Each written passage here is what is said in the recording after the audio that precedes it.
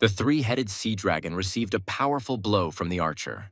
Ted took a well-aimed shot with his rifle to blind the dragon before the final blow. The bullet accurately hit one of the dragon's heads. The three-headed divine sea dragon was a level 552 boss and also one of the powerful bosses. Before attacking the boss, Ted took some shooting pills, which give an advantage in case of a critical injury to the target. Before Ted could chew the last pill, he saw a powerful water attack from the dragon. Thanks to the surprise, the dragon's attack achieved its goal, and now the monster maliciously mocked the player. Taking advantage of the moment when the dragon was rejoicing at its victory, Ted got as close as possible and took aim to cut off 3 heads at once. One shot, and Ted became the first person to kill a boss above level 550. The player received a notification about receiving the achievement Lone Hunter. Sitting next to the defeated monster, the player rejoiced like a child at his victory over the three-headed sea dragon. Victory in the duel was expected, because the master had prepared a whole arsenal for the battle with such a powerful boss.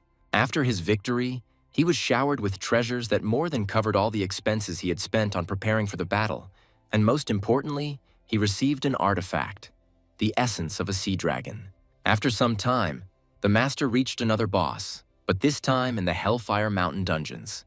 The boss of this dungeon molts once a year, and it is at this moment that he is most vulnerable in battle. The sea dragon essence played a key role for Ted in this battle. Having poured it onto the lifeless ground, Ted began to wait, and a moment later the earth turned and the fiery eye of the dragon appeared. Well, the master made the final preparations before the battle by drinking enhancing elixirs, and from underground, an enraged monster, Inferno, burst forth, ready to tear apart the one who disturbed his peace. Ted was already ready and took aim with his ever-present rifle. The shooter's bullets were already flying in a burst at the monster and hitting the target straight on. But the boss had no intention of giving up and prepared to strike back with a powerful stream of fire. Dodging the potential damage zone, Ted launched another charge at Inferno. After the impact, there was an explosion of incredible power. Inferno disappeared, leaving only a fiery furrow as its remains. Ted lay down opposite the already dead boss and exited the game. It was a virtual reality RPG called The Fateful Chronicles, in which Ted could spend several days in a game capsule. Another joy was his channel with recordings of broadcasts and walkthroughs, which was not particularly in demand on the streaming platform. But that was before he defeated 2 very powerful bosses. Videos of walkthroughs and boss victories are tearing the game's community apart. The 46-hour battle with the fiery serpent began to break viewing records. And after some time, Ted was already in another location hunting for new prey. Riding the wave of popularity, he began hosting live broadcasts, and this time he dedicated the broadcast to a hunting guide. The master was hunting the Ogre King and made a precise shot at one of them. At that very moment, smaller opponents began to attack him. But the shooter never missed and fired another bullet at the enemy. The monster screamed in pain and blood covered its entire face. The ogre began swinging his club wildly to destroy the attacker. The master was agile and easily dodged every swing of the club. Watching this game, the guild managers were quite surprised by the talent.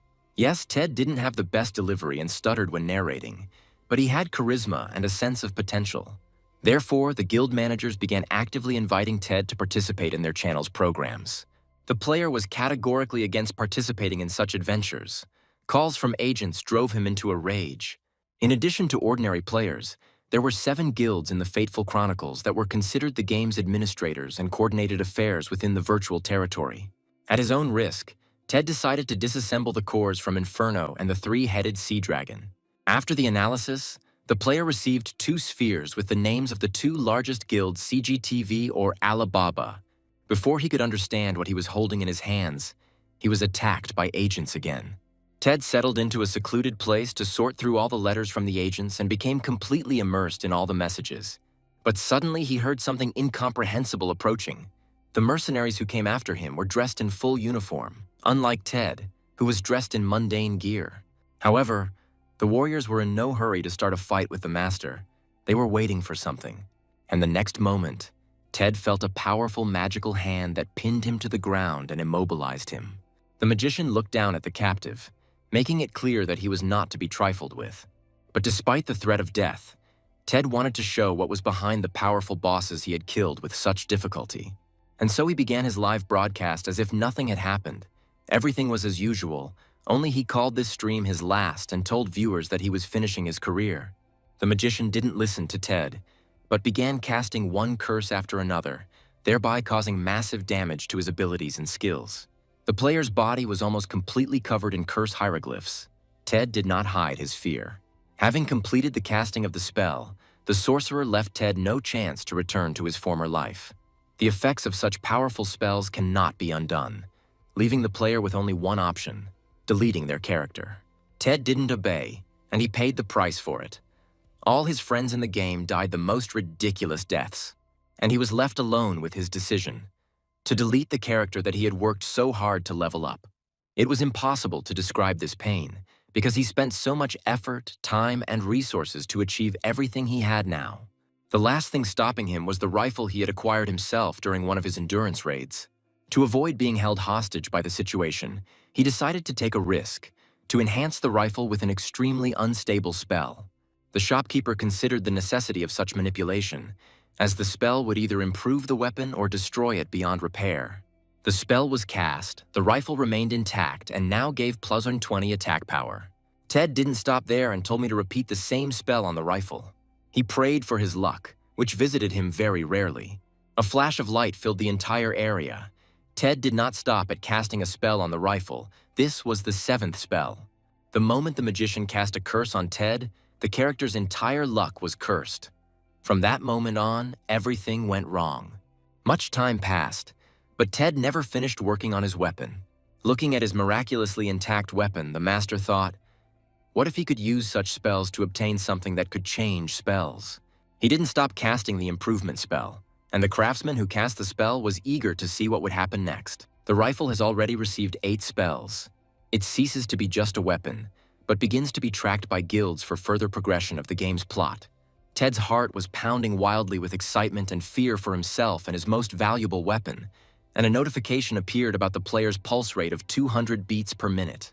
Ted stopped and weighed his next move. He needed to improve his rifle even more. He took out a berserk potion from his inventory, which increased neural impulses by 30% and damage by 20%. The player returned to the weapons master and continued casting the spell on his precious rifle. This was the 9th casting of the spell, but the player had no intention of stopping. The power of the spell's cast allowed it to blind everyone who was nearby. It was so bright. The rifle glittered and shimmered with tongues of energy emanating from it, and an unprecedented creature came to its power. After casting more than 10 spells, you can enter into a contract with a special game entity. Ted had guessed about this development. But he didn't stop and continued to improve the weapon. This was the 11th spell. Along with this, the entity evolved, the middle-class demon Brukshan. The 18th spell summoned the water element, and Ted and the gunsmith plunged into the water, but the player did not stop upgrading the rifle. Having commanded the 19th spell, the gunsmith's hammer smashed the rifle into pieces. The effect of the berserker potion wore off, and Ted looked in horror at the fragments of the rifle. And the next moment, the figure of the gunsmith rose above him, increasing in size exponentially. The gunsmith has now become a giant. Thanks to the improvement of the rifle, he has mastered his craft to perfection. The next moment, a column of light appeared above them, rising up to the sky. A tear flowed from the player's eyes. He was angry that the weapon that had served him faithfully was gone. He started beating the weapons master. It was the only thing left to do. The weapons master stopped Ted. Thanks to his new level of skill, he could repair the weapon with his bare hands. Having collected the fragments of the rifle, he began the restoration, raising a crater of incredible force that destroyed everything in the area with a shockwave. With a final blow of his hammer, the master gunsmith completed the restoration of the rifle. Ted picked up his rifle. He couldn't believe his eyes. There wasn't a scratch on the weapon, and all the previous spells were still intact. He remembered that he also had a musket modification that gave +20 to damage and hits. To his surprise, he received an additional 6 slots for adding boosters and spells. But then everything around began to shake, and bright sunlight began to pour down from above. A huge eye looked down at them from the sky, from which such a powerful stream of light emanated. Ted and the master gunsmith looked up and froze. They didn't understand what to do at that moment. Rays of sunlight fell from the sky and entangled the player, making it very difficult to resist them, and Ted was completely immobilized. At the last moment, he pulled his hand away and tried to grab onto something, but the bonds were stronger than him. From below, Ted saw the master gunsmith saying goodbye to him with a kind smile on his face. The player was pulled into a dark hole from which the bonds extended, and then it slammed shut. Ted found himself in pitch darkness and felt like he was floating somewhere in the air. And then a game notification appeared in front of him. Sun Liberator Shamchan has summoned the player to the Tomb of Paradise. Ted needs to gain his favor. It was a chance to get rid of the curses imposed on him. Ted accepted this quest. The bonds closed Ted's mouth, and a light began to appear beneath him. These were clouds. He found himself in the very quest where he earned his weapon. Opposite him stood his reflection. Only a very unpleasant red glow emanated from the double. The double was the liberator of the sun, and he began inviting Ted to fight him and receive the 6-pointed star trophy. Without waiting for an answer, the double took aim and fired at the player. The shot should have hit Ted directly. Instead, the double hit an empty space. The player dodged the shot and disappeared. The next move was Ted's, but now his opponent was hanging in the air, dodging the blow. The player realized that it was one of his skills called 1,000 Steps, which causes the first step in battle to give a strong acceleration. Ted began to realize that he was now fighting an exact copy of himself, which was both challenging and advantageous. Another shot, this time at the enemy. If you are fighting with yourself, you need to show the differences between the opponents. And Ted's next blow came with 3 enchantments that increased the power of the shot. The player decided to show the difference between the original and the copy with which he started this fight. A column of sparks was fired at the enemy. Lightning Strike allowed him to immobilize the enemy and then fire a series of shots to emerge victorious. Ted kept his rifle in his hand, but then he saw something rush past him. Another skill was used against Ted, Shadow Trail, which allowed him to disorient the enemy and attack from behind. This had never happened before. Ted didn't know how to defeat the Sun Liberator. Giving in literally to his shadow was foolish, but it was the only way to decide how to win this battle. Ted disappeared from the double's sight. The Sun Liberator began to guess the player's plan. He knew Ted's skills and level very well, and surviving this battle was a great success. Just standing there wasn't very smart. The double attacked again. A stream of fiery flames erupted across the wasteland. And the Sun Liberator placed a star on the rifle to increase the range of shots and their accuracy. But he was unable to complete the manipulation. A stream of pure energy rushed towards him at a deafening speed. The only available solution was to move the head away. There was no time to counterattack. The enemy's patience was running out. He was tired of receiving predictable blows from Ted and decided to finally end the fight. No matter how much the double talked, Ted was tired of it, because he himself could not say a word. His mouth was still closed by the bonds. Suddenly, the double materialized in front of Ted with a rifle aimed at him. The double caught fire. It was a trap for him, but it was not that simple. He easily removed the tongues of flame from himself. Having removed all the burning clothes, he was left in training gear, which did not protect him from powerful blows. And then the double began to destroy all the rubble that could serve as an excellent shelter for Ted. And behind the very first such blockage Ted was hiding, he was waiting for this, having prepared another trap. Red magical ropes wrapped around the double's weapons, arms, and legs, restricting his movements. He needed only a moment to use the feint, which he used without any magical artifacts, but devised based on physical data. It was field of view. Ted took aim, and with precise aim, the bullet flew into the double's head. The shockwave threw Ted to the ground. He was covered in his opponent's blood, and the bonds covering his mouth loosened and crumbled across his face. And the next second, a voice in his head said that he was signing a contract with Ted and that he was pleased to do business with him. Ted opened his eyes to see a game notification hanging in front of him, and the master gunsmith standing next to him, wondering what had happened to the player. Tears appeared in the player's eyes. He successfully completed the quest and now had a rifle with 19 spells in his arsenal. And even when a notification arrived that the contract was coming into effect and the player was awaiting the process of rebirth, Ted froze in surprise. Waves of soft light enveloped him and he began to transform. All his skills and abilities were reset and his equipment dissolved. Ted was left in just a t-shirt and looked at the notification. Now he had completely zeroed out skills. It was a fatal failure. The master gunsmith froze in place. The player left the game, and in his place there remained only pixels that dissolved into the game space. The gunsmith still had so much to understand. He decided that he would begin to travel in order to understand all the facets of his craft. Ted flew out of the capsule and fell to the floor with bitter tears streaming down his cheeks. He was upset. He lost everything he had accumulated over 10 years of playing, all the hours spent on leveling up the hero. 3 years after the release, there was a heated discussion in the development office about the mechanics of the game spellcasting. The debate was intense, with developers speculating how long it would take for a player to be able to enchant a weapon to a level higher than 10. And now Ted was like an ordinary rookie with only underwear as equipment. It was not a dream. All the experience accumulated over 10 years of hard play, Ted grabbed his head and did not understand what to do next. The only thing left is a weapon successfully enchanted 19 times. Therefore, Ted did not lose hope. Thanks to powerful weapons and knowledge of the game mechanics, it would be easier to restore past progress. His thoughts were interrupted by a courier pushing a letter through the door. Ted followed him in surprise. These were some documents on company letterhead, and Ted began to read them in surprise. He was indignant. These were documents with a lawsuit. At this time, the magician reported on the deletion of Ted's account, bowing his head before the Lord. The being on the throne was interested in the success of the mission entrusted to the magician. The mage checked the player tracking spell. It disappeared, as if the player no longer existed. The head of the Alibaba Guild calmed the mage down. Ted realized that the bosses were enchanted by the guilds. But even if he started talking about it, no one would believe him. After all, the ships destroyed by the sea dragons simply happened to be on their way. It was an accident. And there were simply no high-level players in the Inferno raid, so they did not survive this battle.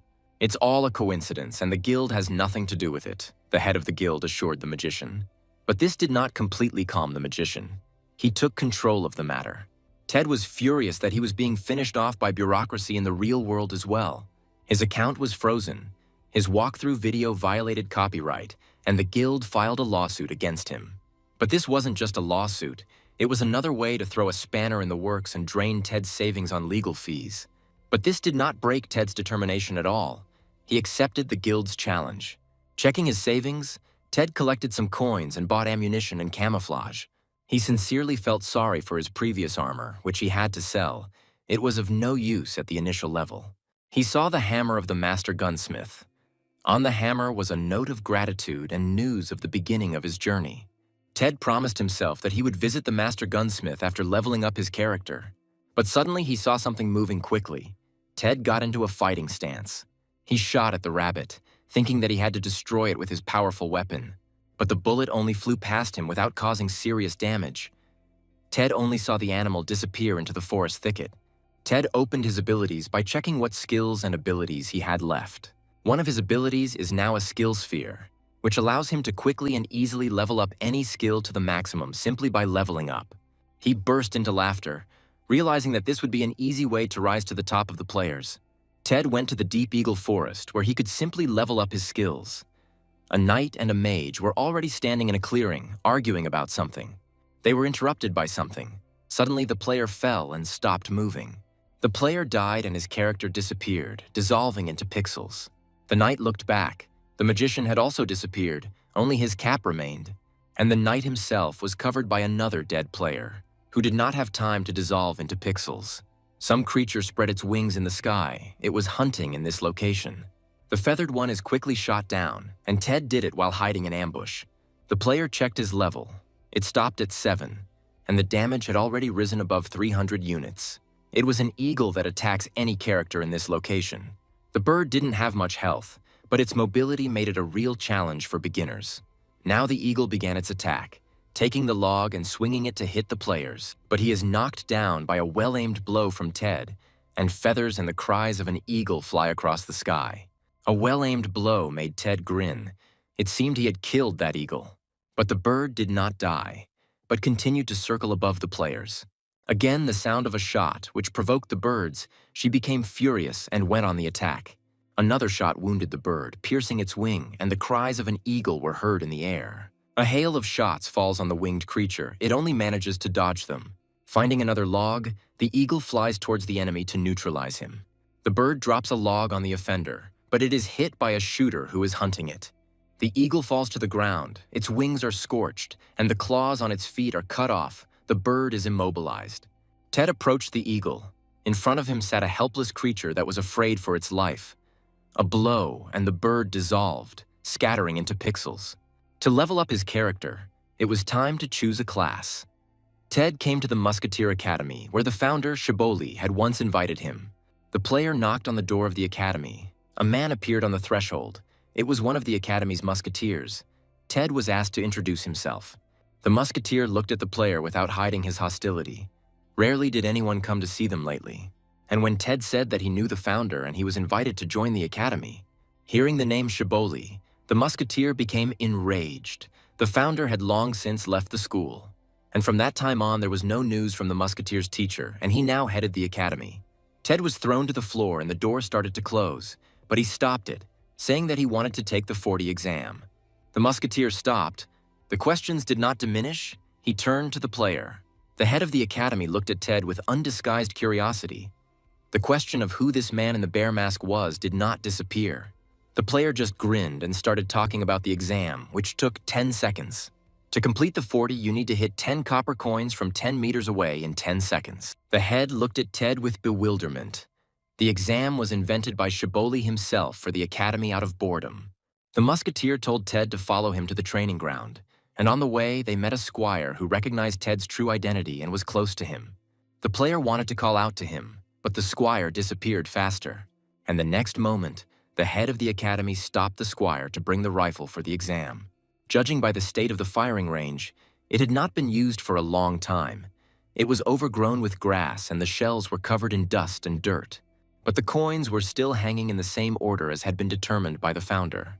The squire came with a rifle, gave it to Ted, and the player began to examine it.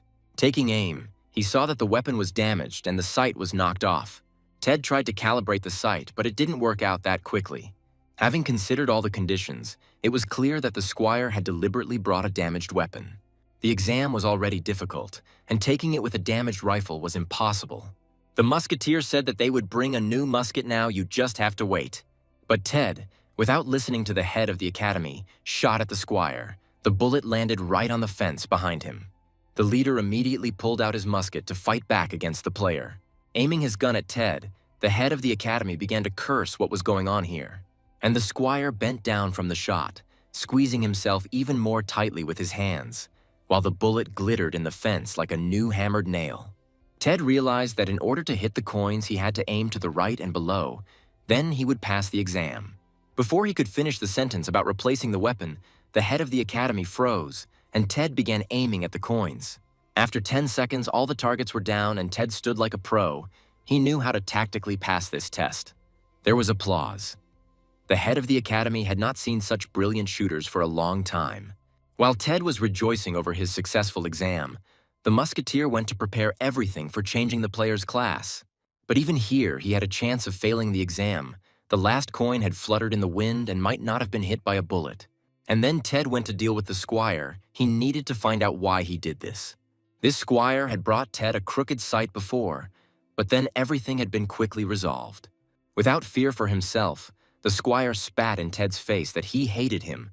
Shiboli left precisely because of Ted.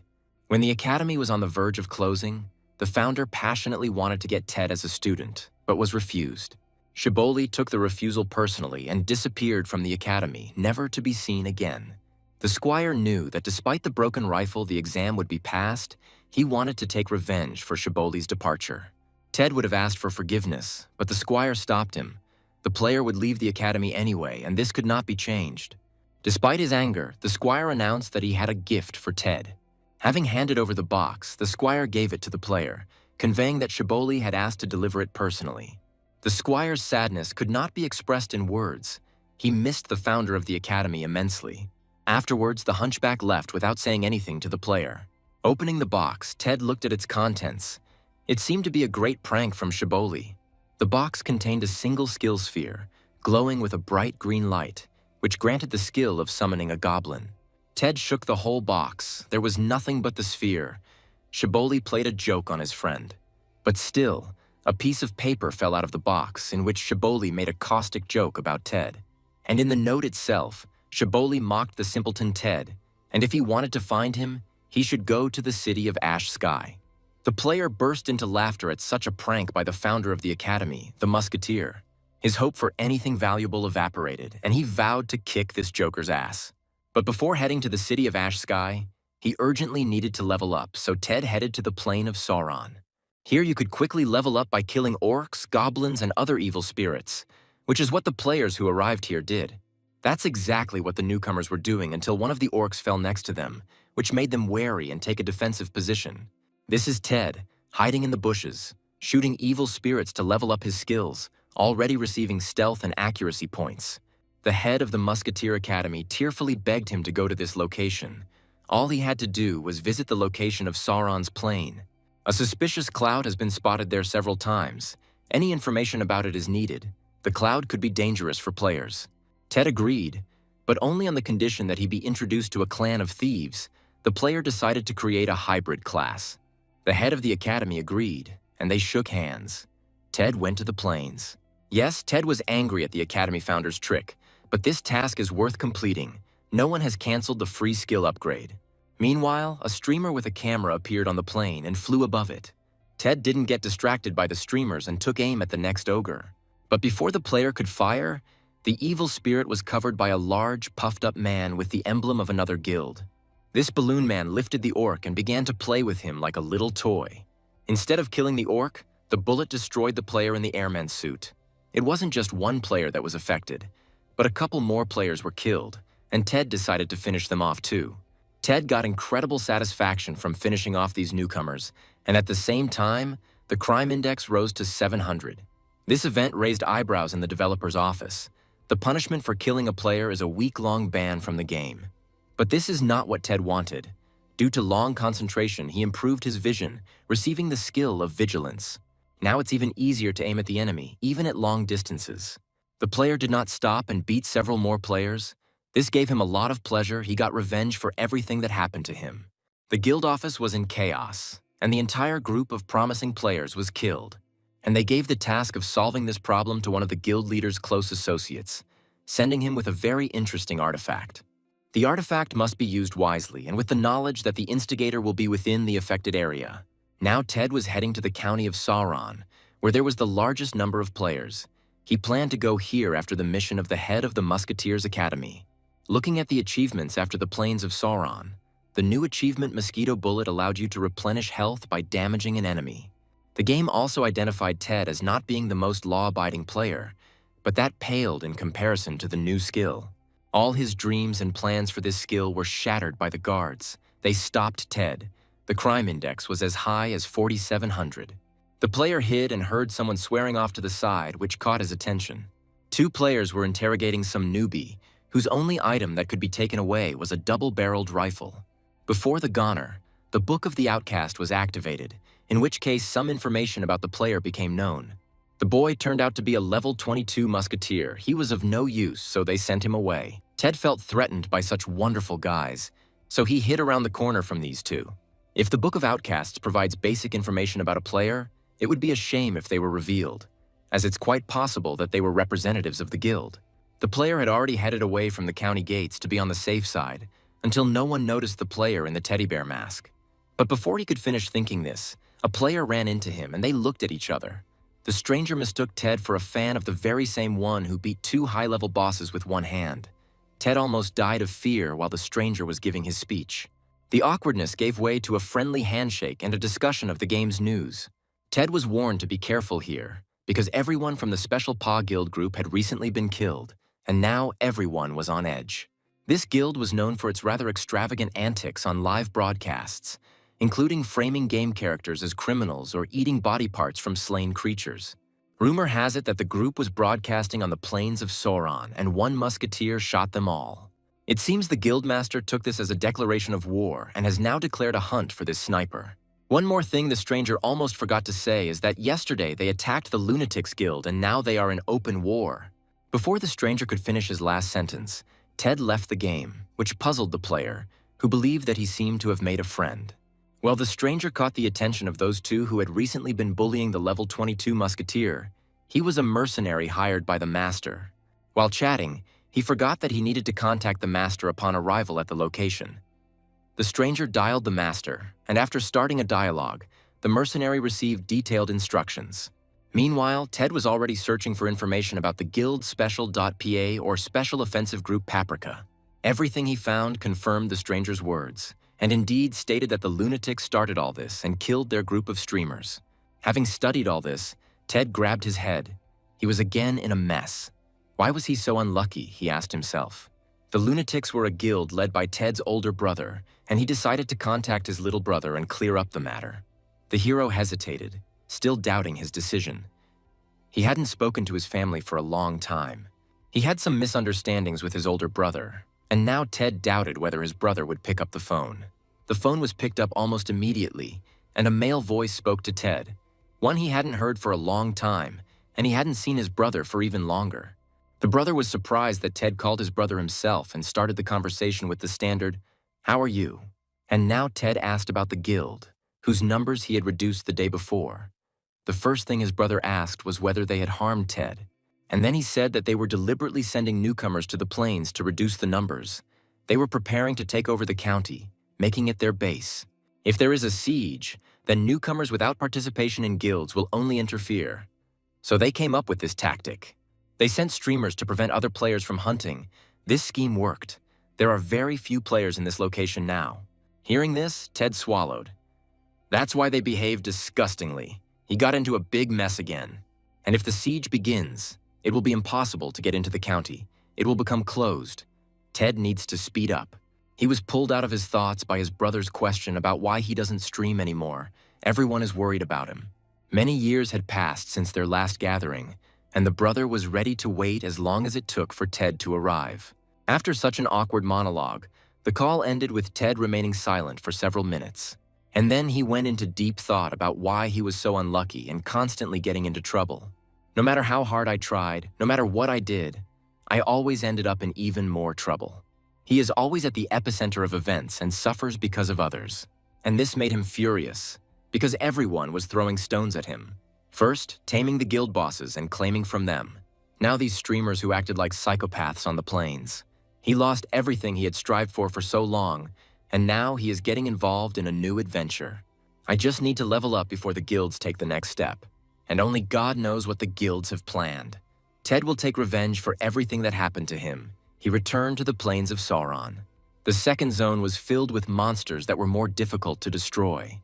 The knight dealt with one of them, and next to him stood the magician, who was his companion. And suddenly the knight fell, his eyes blackened and evaporated, and his life seemed to have been sucked out. The mage took a step back. Meanwhile, the knight disintegrated into pixels. He died. It was Ted who was trying to kill the monster, and suddenly the mosquito bullet flew out. He was shocked by the principle of its operation. The player didn't expect such an effect. He should have used this deadly skill more carefully. Otherwise, he won't get into the county of Sauron. The guards will grab him. This is not what Ted planned. Of course, I received a notification about the increased danger index. It's better not to use it in locations with a large number of players. After level 100, leveling up a character becomes difficult. One option for leveling up is killing bosses. But there are no bosses in the Plains and County of Sauron locations. This is the starting location. In this case, you need to go to neighboring areas to defeat bosses, but without completing the Academy's task, moving back and forth is not productive. The ground shook and Ted almost fell out of the tree where he had been lying in ambush. The players around panicked. Something appeared in the sky, and the screams of a monster were heard. Ted froze. A winged monster appeared in the distance. It was a junior demon. The questions haven't diminished. This creature can only be summoned with the magic bag. Apparently someone used it. But the demon did not waste time and began to change the huge energy sulfurs wherever he wanted. Some players backed away, some ran, and some were hit by the monster's blows and died. Other monsters joined the players, and fear gripped everyone within the affected area. Streamers, on the other hand, were concerned about making sure everything was clearly visible and receiving donations from viewers. And Ted saw an opportunity to level up and gain more skills. The demon was level 300, so it was quite difficult to compete with him. After several blows and attacks, the demon didn't even get a scratch. That was the difficulty. It's very difficult to inflict damage on a beginner. Dodging the blow, the demon flew higher to assess the situation. This player attracted the attention of the evil spirits. Although Ted dodged, he fell to the ground with a crash, and some dark liquid flew at him after him. It was impossible to dodge the liquid. It covered the player tightly, he was struck by necrotic poison, and the evil spirit was supposed to leave the player within 5 minutes. Ted realized he had been noticed, looked around, and was met with a face that had a smile and fangs shining on it, the demon breathing in his face. The players hid in cover, and even there, sparks and lightning from the collision reached them. In the ambush, all they talked about was this newcomer who had begun a confrontation with an enemy superior in strength. Before he could finish his sentence, one of the players fell dead, hit by Ted's mosquito bullet, and needed to replenish his health. The demon was furious. Ted deftly dodged his attacks and delivered well-aimed blows in response. The next second, the demon roared in pain as Ted's bullet hit him in the eye. Covered in mud and blood, the player emerged from cover. The fight against a strong opponent was difficult, and Ted had expended a lot of resources. The monster again sent a massive fire attack towards Ted. A camera rose above the spectacle. One of the players caught the moment and began broadcasting live. Ted didn't expect such publicity and really didn't want to be seen on some streamer's broadcast. A guild henchman sat in the shelter and watched as the demon was about to be destroyed. He immediately ordered everyone to be on guard and, if necessary, to help eliminate this sniper. The battlefield was filled with resources from players and game characters who did not survive the first minutes of the demon's attack and did not dodge the fragments. This was easy prey for the survivors. Someone dared to come out of hiding and get more resources for themselves. But before they could reach the first resource, something flew overhead, and the players raised their heads to the sky. The demon's fist flew towards them at full force, covering one of the players. Nobody expected this. Everyone suddenly remembered that they came here to fight and took up arms again. The guild members who were involved in summoning the demon understood that it would be impossible to simply remove the jester. There would be no end to the problems. And then the warrior was killed by a well-aimed shot to the head, and another enemy was killed. The demon did not stop, crushing more than one player with his fists. Everyone was terrified. The demon got really angry and started to destroy everything in his path. He was full of anger. Ted only had time to dodge blows, fragments, and other players. Ted crouched and took aim at the demon. This had to end. The next moment, the bullet hit the demon. It was a fatal shot. The immobilized demon looked at his killer, whose rifle was pressed against his chin. Nothing personal, it's all about leveling up his character, Ted thought. And he fired a finishing shot to the head. The player watched as the demon disintegrated into pixels. The player's level increased to 105. The others froze. A newbie without any special skills or elixirs killed a demon much superior to himself. Others rushed to collect the resources left by the monster. Free trophies were still available. The most agile player was caught and killed by a bullet fired from Ted's rifle. The resources he had obtained were Ted's, and he had no intention of squandering them, so he fired a warning shot to the head. And then he saw what he had gotten. It was coins, a belt, a health potion, and demon claws. And most importantly, necrotic poison, with 10 uses, which allowed one to seriously weaken the enemy. Having collected everything he had obtained in battle, Ted went to the next location of the Plains of Sauron. Meanwhile, the head of the guild caused a huge scandal. His subordinates were unable to carry out the order.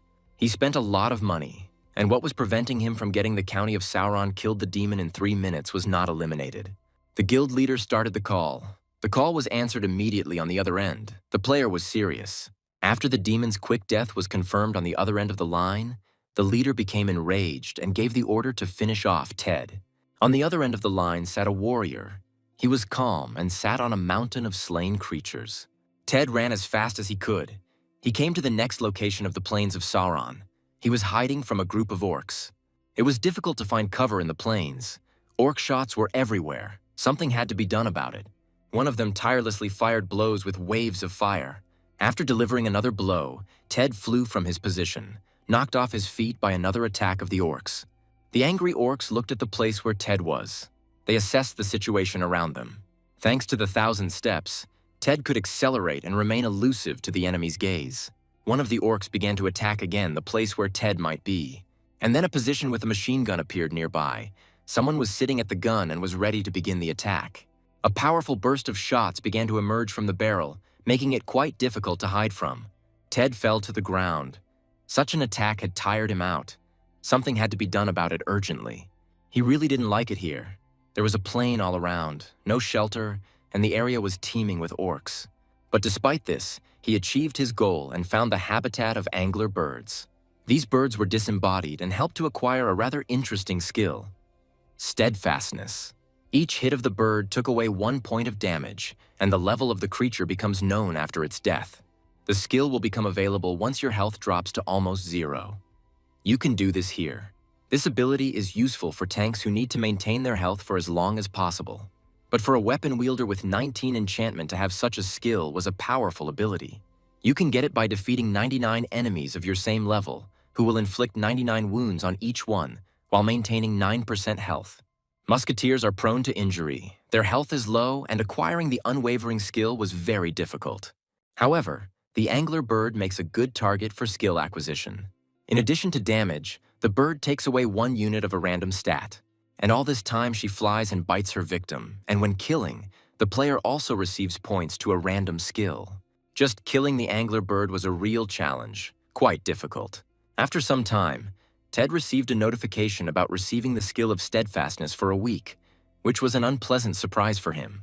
Previously, this skill was given to the player for permanent use, and the number of special skills available to the reborn was limited. The skill was temporary, but while receiving it, Ted completely depleted his health and decided to replenish it with a mosquito bullet. However, after hitting the angler bird, the health bar only became smaller. He tried again, but the bullet again worked with a negative effect on the player. This made Ted tense up. He thought about how he could fix the situation. And I remembered about necrotic poison. What if I try to dip a mosquito in this poison? The next second, the mosquito was generously doused with necrotic poison. Then the musketeer loaded his rifle.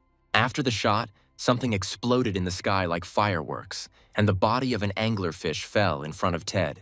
Ted realized that this was a very effective method in dealing with anglerfish. This was an interesting observation lately. How come he hadn't thought of it before? Meanwhile, the moon rose in the sky and darkness fell. Ted looked up.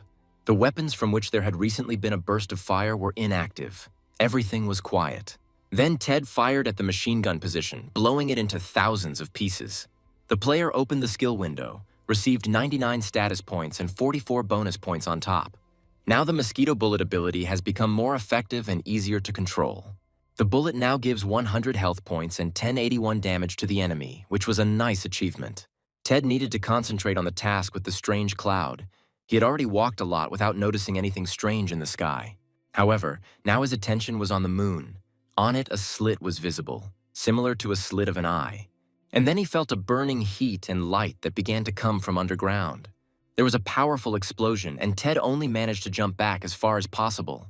2 of the guild leader's henchmen aimed a blow at Ted, but they were nowhere near the skills of the once legendary player.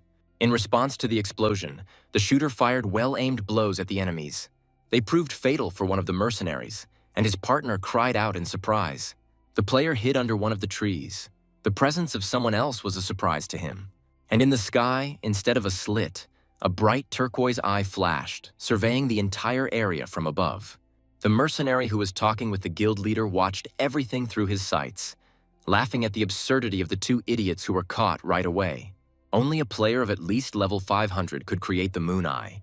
Ted hadn't fought such strong players for a long time. The eye blinked sharply and began to examine the entire area where Ted could be. Ted understood what this eye was for and began to think of a battle plan against the enemy. The mercenary couldn't understand how they could hire such simpletons, one of whom was already being reduced to pixels. But the mercenary could not figure out where Ted was. Even after 2 shots, the direction of the shot was not clear and the glare of the weapon was not noticeable. There was silence. No movement was heard or seen. There's no way a newbie could have such a skill. There was something wrong here. Before he could finish his thought, the mercenary sharply dodged the bullet aimed at him. The mercenary started looking through the scope again. He needed to find out Ted's hideout urgently. The first step was to reduce the number of potential enemy cover points, so the mercenary fired a series of rapid-fire shots. Ted understood the enemy's tactics, destroying anything that could serve as an ambush and increasing the chances of detection. A couple of hurricane shots flew dangerously close to the player, making his position more vulnerable. But before he could finish his thought, it was time to shoot back and change location.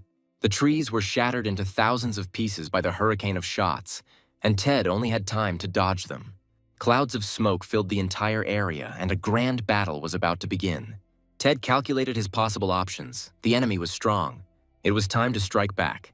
Ted straightened up and fired a shot towards the enemy. The bullet hit the mercenary directly, causing very heavy damage, and his health indicators dropped instantly. In addition, the bullet made a huge hole in the armor. The mercenary did not expect such a powerful attack from the newcomer. The armor was made up of a protective artifact. One shot caused it to shatter on the spot. Once again, the mercenary used his moonsight skill, and Ted's destruction became a matter of honor. Looking down from the sky, the shooter began to scan the area where Ted was supposedly hiding. There was only one tree left in the clearing, and under it there was a barely discernible shadow. Ted was discovered. The mercenary decided to find out information about the enemy using the outcast's magic book. The mercenary had the artifact ready and was excited to know who this newcomer was. The magic book of the outcast began its action. The mercenary's eyebrows rose. He did not think that everything would turn out like this. He saw the player's data, nicknamed Ted, level 150, musketeer, crime index 5600. With such a low level, he looks like a cheater. The player took the nickname Ted, which enraged the mercenary. He would not forgive such posturing from this upstart. He immediately launched an attack. The mercenary would not leave the upstart alive, no exceptions. Ted looked through the scope and saw the enemy approaching. Such a sudden change of tactics confused him. The action was very reckless. But even though the enemy had moved out from cover, he was moving along a rather strange trajectory, in a zigzag, and after all the maneuvers, his mana shouldn't have been much. Such a flashy attack with almost spent mana is impossible. Ted assumed that his partner had the accumulation skill. And then came a powerful frontal attack. Ted was surprised, but he liked it. The interesting fight continued. The mercenary has found Ted. Now the blows will be head-on, and there is no need to hide. Before the first blow had time to dissipate, a second followed. The mercenary was angry. It was impossible not to notice. Ted flew off to the side. Eliminating a mercenary with the accumulation skill will be a difficult task. The shot aimed at the mercenary should have calmed the ardor for a while. Ted used the 1000-step skill to strike him in the back. Although the blow was quite powerful, the enemy did not fly away from it. Usually, enemies received more damage. The mercenary only looked at the shot. He had the same skill, so no damage was received. Turning around, he fired another shot. The mercenary couldn't just leave the poser who was using the idol's nickname. Ted realized that the enemy also had 1000 steps in his arsenal, and that he would not be able to defeat him. The same skills of the opponents did not cause damage. Hiding behind a ledge, Ted began to think about what he could do in such a situation. The enemy copied his style and skills thanks to the streams. The mercenary will not forgive the use of this nickname and the shameless copying of the skill of the standard in the musketeer class. This was stated by none other than the head of the Musketeer Ted fan club, only over his dead body. Another blow was being prepared for Ted. The enemy was preparing a blow with a moon gaze. It was quite dangerous. Everything around would fly into pieces. It is possible to activate steadfastness, but this may not protect against such a powerful attack. There is no other option. I will have to use this skill. I must survive no matter what. And then he used 1000 steps and moved to another shelter. The mercenary saw that Ted had changed his location again.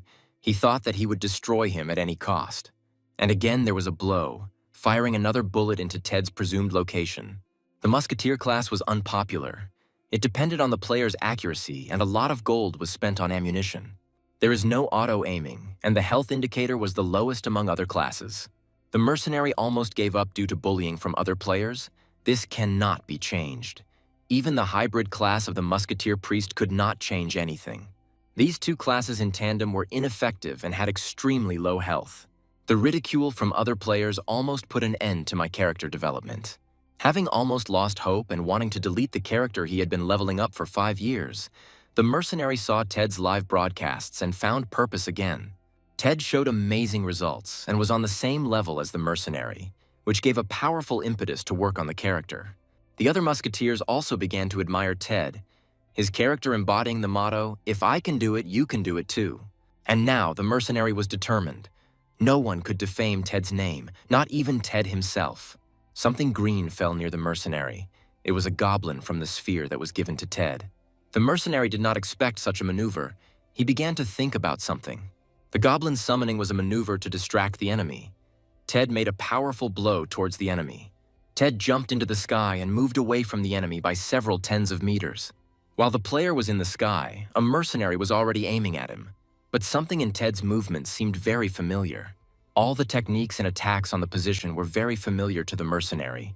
He had seen them somewhere. The mercenary watched all of Ted's live broadcasts, guides, and thematic videos. It became clear that this was not a poser, but the very same legendary musketeer Ted.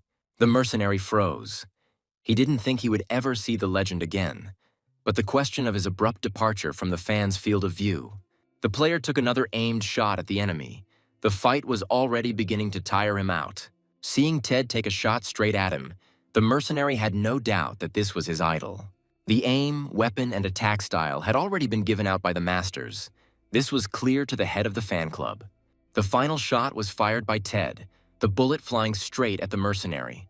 The enemy was glad to die from a bullet from the one he had been a fan of for almost all of his playing time. Killing the player increased Ted's level. Now he is level 152, and at the same time the crime index also increased. Ted exhaled. There was a possibility that this player could recognize him. Too many copied techniques. The goblin summoning sphere was just the thing. Ted thought the gift from the founder of the Musketeer Academy would be useful. A scandal erupted in the office of the Specialist Guild. The head called the mercenary. The head's anger and bewilderment erupted in a loud speech throughout the entire office. Losing to a level 150 newbie would jeopardize the guild's plan and make all the spending useless. In exchange for losing the battle, the mercenary offered to help carry out the plan. After the dialogue, the mercenary came into the room with his friends. They happily awaited news from the battlefield. After the phrase that he lost and died, everyone turned to him. There was shock on the faces of his friends. A girl ran up to him. She started scolding him and started hitting him. But the satisfied mercenary began to say that they needed to buy another skill. A goblin summoning sphere. The others, whispering, decided that something was wrong with the mercenary. It seemed that his last mission had driven him crazy. But ignoring the cries of his friends, the mercenary joyfully announced that he had witnessed the rebirth of a legend. After the battle, there was no living space left in the location. This did not help to increase the level. Monsters appeared out of nowhere. But leveling up should be postponed. The order from the head of the Musketeer Academy must be completed. Having reached the next zone, he saw a black cloud flying in the sky. It was truly creepy. Something in the sky shattered into pixels, and this cloud killed someone. The skill of keenness of vision allowed him to look closely at the sky, thanks to which he saw this death. Suddenly, a notification appeared that Ted had stumbled upon the trail of the Lord of Decay. It was a fairly strong boss. The Spets PA Guild decided to attack, releasing a boss into a location with newcomers. Another notification popped up. The task was completed. Ted needed to return to the academy. Heading to the boss now would have been like suicide. Ted didn't want to make things worse, at least this time. He moved to a location with very interesting flying creatures. It was the Temple of Spirits. And the creatures were fire dragonflies, which were extremely dangerous if you attracted their attention. Hitting one of the dragonflies gave him a couple of points, and destroying the fire dragonflies was fun. But they were needed a little differently now. He needed to figure out what else could be done with the goblins he could now summon. Ted began to summon the goblins. A scarlet haze appeared, and the next minute 3 figures appeared. They stood up and looked attentively at the owner, waiting for orders. They were little green men with pointy ears. They were at a beginner level and could do little. They needed to be taught. On the battlefield, they could provide good support, but the question of what to teach them remained open. Ted had studied all the information about goblins, but he still didn't know how to use them. It was worth trying one trick and checking how they can follow commands. First, we need to check what they can do. Right now, they don't even reach level 30. The first thing Ted decided to do was to pump up their speed and ordered them to run. After he said to pay attention to him, 6 curious eyes stared at the player. He explained what dragonflies are and began to explain their purpose. And then he started giving instructions. You need to attract the attention of the dragonflies and then run away from them as fast as you can. All 3 of them started to burst into tears at once. They were terribly scared. Ted calmed them down and explained that no one would hurt them. He would destroy the dragonflies. And he additionally dressed them in armor, and the goblins' fear subsided a little. And now Ted gave the command to take action. It was quite menacing. With a battle cry, all 3 ran, which was enough to attract the attention of the fire dragonflies. The flock turned and flew towards the goblins. Ted began to closely watch the swarm. But instead of flying towards the goblins, the dragonflies headed towards Ted. The goblins cowered and hid somewhere under a bush, while nearby Ted was suffering from dragonfly bites and burns. Having barely dealt with the dragonflies, Ted gathered the goblins and was angry at their behavior. Ted lined them up and started practicing simple commands to establish discipline. But they carried out even simple commands extremely poorly. Ted's tirade was interrupted by something large with a purple tint and a strange buzzing sound. It was a level 190 astral dragonfly and needed to be destroyed. The goblins scattered, screaming in fear. They still had a lot to learn. The player cocked the rifle in the blink of an eye and fired an accurate shot, the dragonfly shattering into tiny pieces. Returning to his charges, he decided that he would make them shooters just like him. Leveling up goblins was an interesting activity. They could evolve into orcs or goblins, or become a goblin mage. But leveling up the creature can only happen during a hunt. Now the level of mastery of the summoning sphere has been leveled up. The goblins stared at Ted again. Now they were blue in color. Their level had also increased. Ted opened the goblin's card. There were no changes. It seemed like they just changed color. But now the moment had come to have some fun.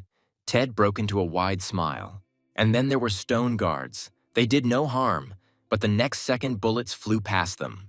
The goblins began firing at the targets. In their small hands, the cannon looked very large. The little blue-eared one was very formidable with such a weapon in his hands. Ted commanded them to simultaneously fire several shots into the air. And then the little rascals started shooting left and right. The player stopped shooting. There was no fire command, which means there was no need to shoot just like that. It will take hundreds of hours to teach them anything worthwhile. And then they came to the place where they had shot, and there lay a riddled bear. These small arrows can be very useful when fighting bosses and completing tasks. The player began to rejoice. Now he began to plan for the future. But then Ted realized that there were now 2 goblins. The third was somewhere not far away. He was in pain. No one could beat his charges. Ted became angry, and the goblins nearby also went berserk. Someone's laughter and the sounds of blows could be heard in the clearing. The whole company was rushing there. The goblin was lying on the grass. A pool of blood had spread around him. He was still alive, it seemed. The 2 players were laughing at the kid. They had committed this outrage. Seeing Ted, they were delighted to have such company. For them, it was clearly entertainment. The player was angry, seemingly a goblin. But that was the most important thing to Ted right now. The baby was bursting into tears. Pain was all over his body. One more blow and he could die. A bright red light appeared around Ted. Something he had never seen before. It was a player's fireball. It was a small attack that slightly hurt Ted. The player initially thought that everything would go peacefully, but the strangers had no intention of stopping. This kind of game with the goblin was routine for them. The next second the strangers were in a stupor. They should have been more careful. Ted began his attack. There was no other way to free the goblin. He was distracted. The long-eared one tugged at Ted's cloak. This distracted the player. A plaque appeared that the goblins were angry, and he became interested in what would happen next. The kids bared their teeth and their faces turned red, and the next second they unsheathed their weapons. The aliens became a pillar. Their smile became a grin, and their faces filled with awkwardness. Ted commanded the goblins to move forward, and the little ones began to attack. One of them started saying that he got carried away and shouldn't have beaten the goblin like that. It was too late to say that. The goblins began to take revenge for their fellow. Before they could do anything, they saw shots flying at them. And one flew right at the man's head. His companion screamed. Near the body, which had already crumbled into pixels, 2 characters were screaming. Another bullet flew at another player. The goblins got really angry. There were several players on the field. Many were simply wounded, but the damage was serious. The shots continued. Ted didn't stop the kids. They needed to let off some steam. Ted looked at everything that was happening in the clearing. Suddenly, another notification appeared. He developed a new skill, empathy. He began to feel the same as they did. The goblins continued to fire at their enemies until there was no one left in the clearing except them. The player stopped them. There is no need to draw additional attention to this location. Everyone came up to him, and since they had become part of his squad, the goblins needed to be given names. 3 kids stood in a circle and began to dance. Ted stopped the fun with a snap of his fingers. He needed to think. He decided that the goblins would be called Odingi, Dwagi, and Trigi, the ending gi being because of their speech, which consisted of nothing else. Ted's tears streamed down his face and he gathered his thoughts. He needed to get to the academy to complete the mission and get what he had promised. The guild leader made another mistake. All the guild members were destroyed in this clearing. And again, it was this upstart newbie. The chief had already put a lot on the line, selling his house and car to launch an operation to lay siege to the county. And some small upstart was muddying the waters and ruining the plans. The phone rang. He immediately answered the call. It was someone unknown. A cheerful voice came from the other end of the line. asking the head of the guild how things were going with the plan. It seems you are having trouble with this, and the voice said it could offer something to help. The county greeted Ted with a surprisingly sunny day. There was an obstacle in front in the form of guards. It was easy to pass them by. The player was pressed to the ground. His crime index was very high, 6,100 points. For every 100 points, you have to serve 1 day in prison, and it was very unprofitable for him to spend 61 days. A shadow loomed next to the player. He raised his head, and it was something winged and screaming. It was the delivery of an artifact, a useful thing, not without its quirks, but it was convenient. The bird didn't want to give the order. She was waiting for payment from Ted. The winged courier began, even indignantly, to shout that there were voices. After throwing in the coins, Ted took his package. It was quite a small package. The player really needed this package. It made it easier to pass through the gate. Ted approached the guards, and the quest to pass the gate began. The guards' spears are moving towards him. The player must introduce himself. The guards started talking to each other about who this criminal with an index of 6,100 points was. He must be taken into custody and sent to prison immediately. Ted nervously began to say who he was and that he would like to go into the city. The guards looked at him but let him pass, not understanding what was happening. After the player left, the guards began talking to each other. It was a scroll of concealment that hid information about the player. True, sometimes it might not work against programmed characters. At the Musketeer Academy, Ted immediately struck up a conversation with the headmaster. The leader was amazed to pass through the 4 zones of the Plains of Sauron so quickly. And finally, I realized that it was not for nothing that Ted was the favorite of the Academy's founder. Ted told me about the upcoming trouble from the Spec-Po Guild, and the cheerful conversation quickly turned serious. Lord of Decay is a pretty serious statement for a location with newbies, Ted said. And then it's none of his business. The head of the Academy's task has been completed. Now Ted can receive a letter of recommendation to the Thieves Guild. The head of the Academy handed over an envelope and asked if he knew what he was getting into. But joining the thieves was not a popular decision. They were not always well off. Or they hid in dirty catacombs to throw off their tail and pursuers. This upset the head of the Academy and left him even more confused as to why Ted needed this. In addition, when a thief's character dies, they leave behind some inventory and lose experience points. And the character always shows off in the Wanted by the Police section. But there were also advantages. Experience can be gained by committing crimes, and the crime index is no longer visible to other players. There is also the possibility of opening locks, setting traps, and bait. Ted received the letter, but it was unclear where to go. He was waiting for instructions.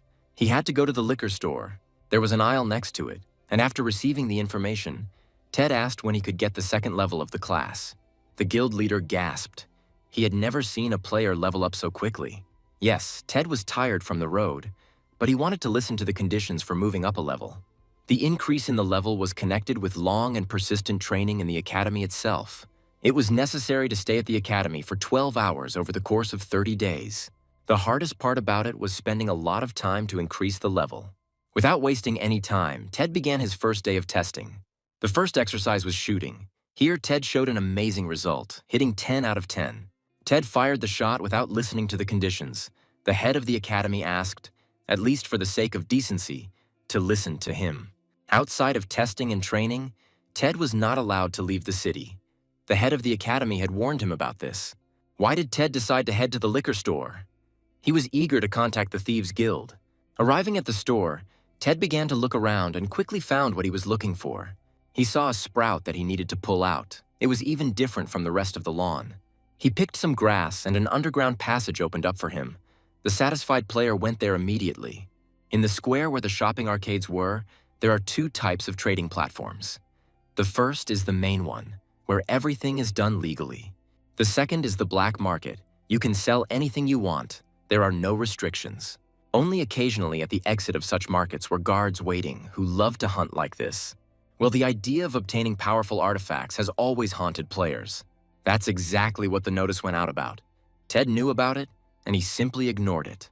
Having passed through the rows, Ted reached the installation. It was inconspicuous, and he began to rummage through his inventory, taking out anglerfish carcasses from there.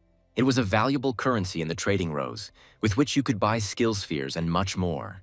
In the city, anglers caused a lot of trouble for the guards. For one anglerfish carcass, a coin was given, which is used in trading areas.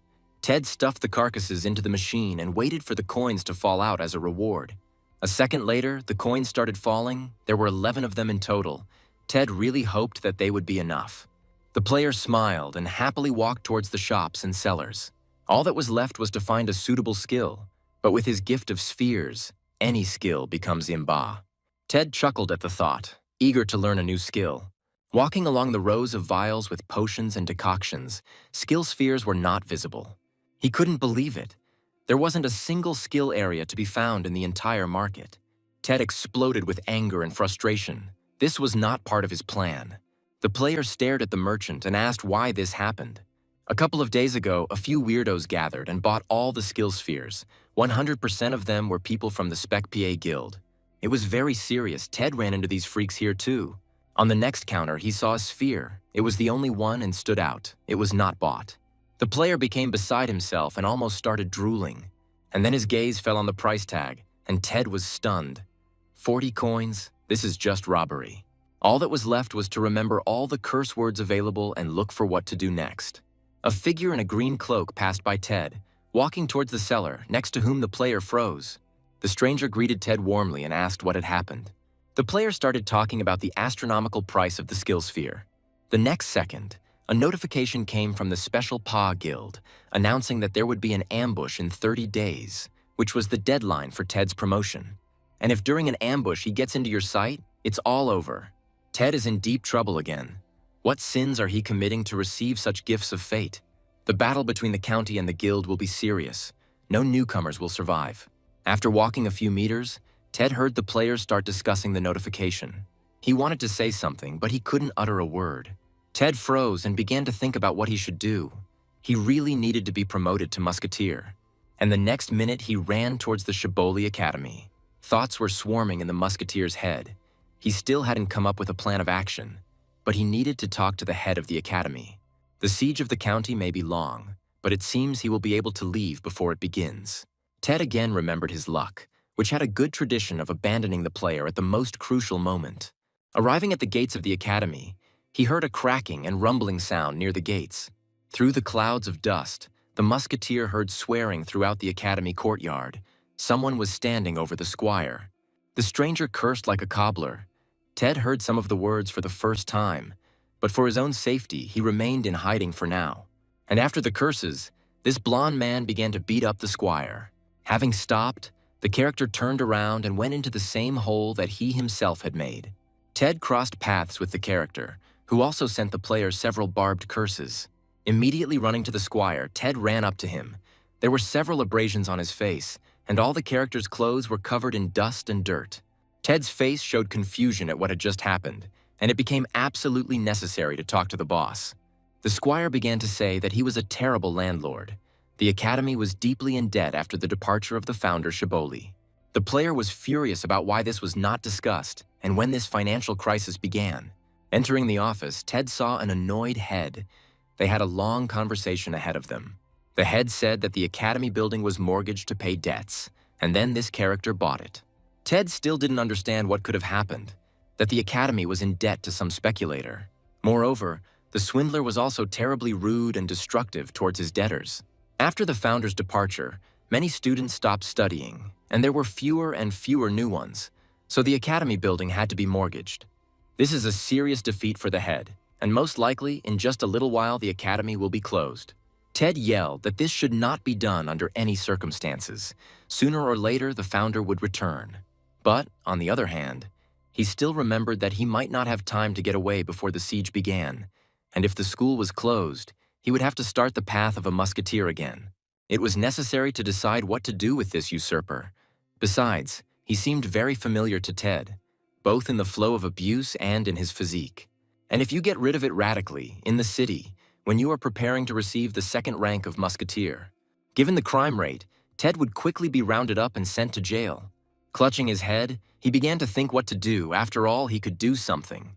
Ted didn't make it to the thieves. This class could have given him the skills to somehow maintain the academy and his rank. Remembering how this character scolded and scolded the squire, Ted realized who it was. It was the black market shopkeeper's boss, and the whole puzzle came together in Ted's head. This young man could take out debts not only in money, but also in artifacts and all sorts of goodies, and then sell them for 3 times the price on the black market. The player could offer something to the head of the academy. There is one idea.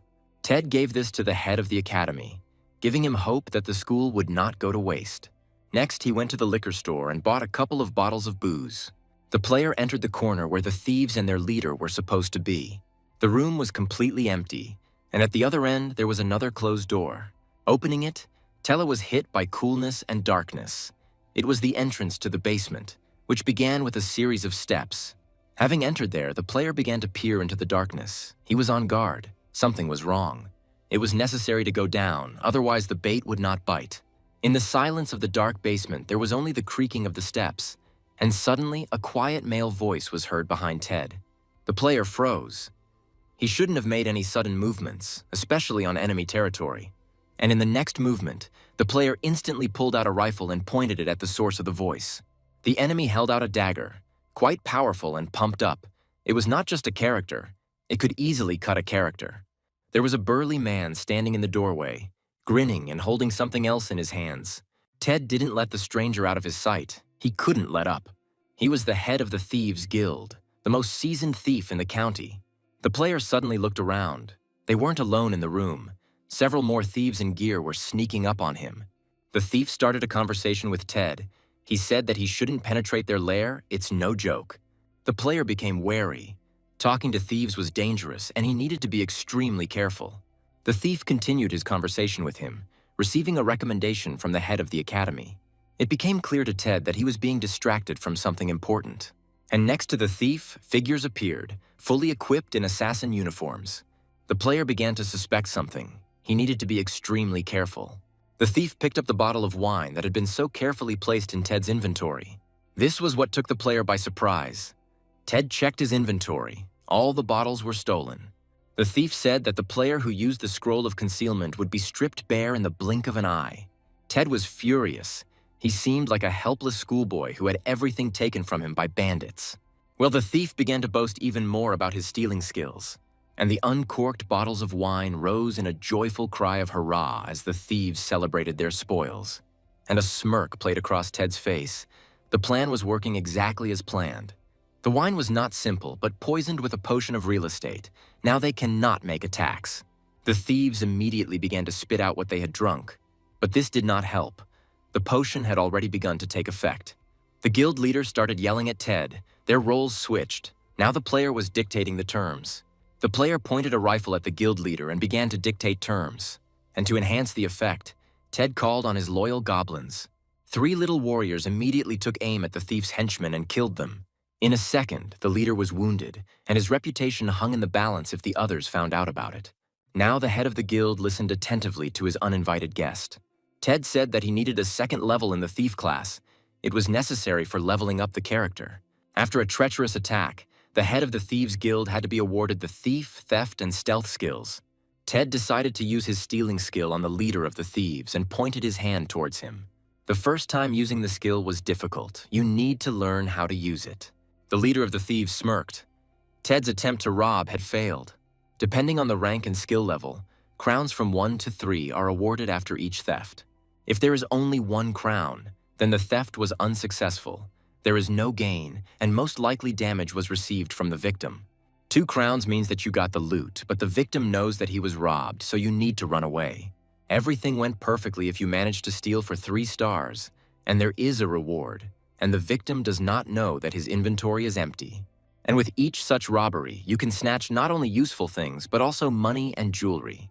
After Ted was explained what and how to take, it was time for a second try. Opening the inventory, Ted fell into a stupor again. There was more information in front of him. Next to each item, there was a percentage of theft success, and the thief immediately began to talk about it.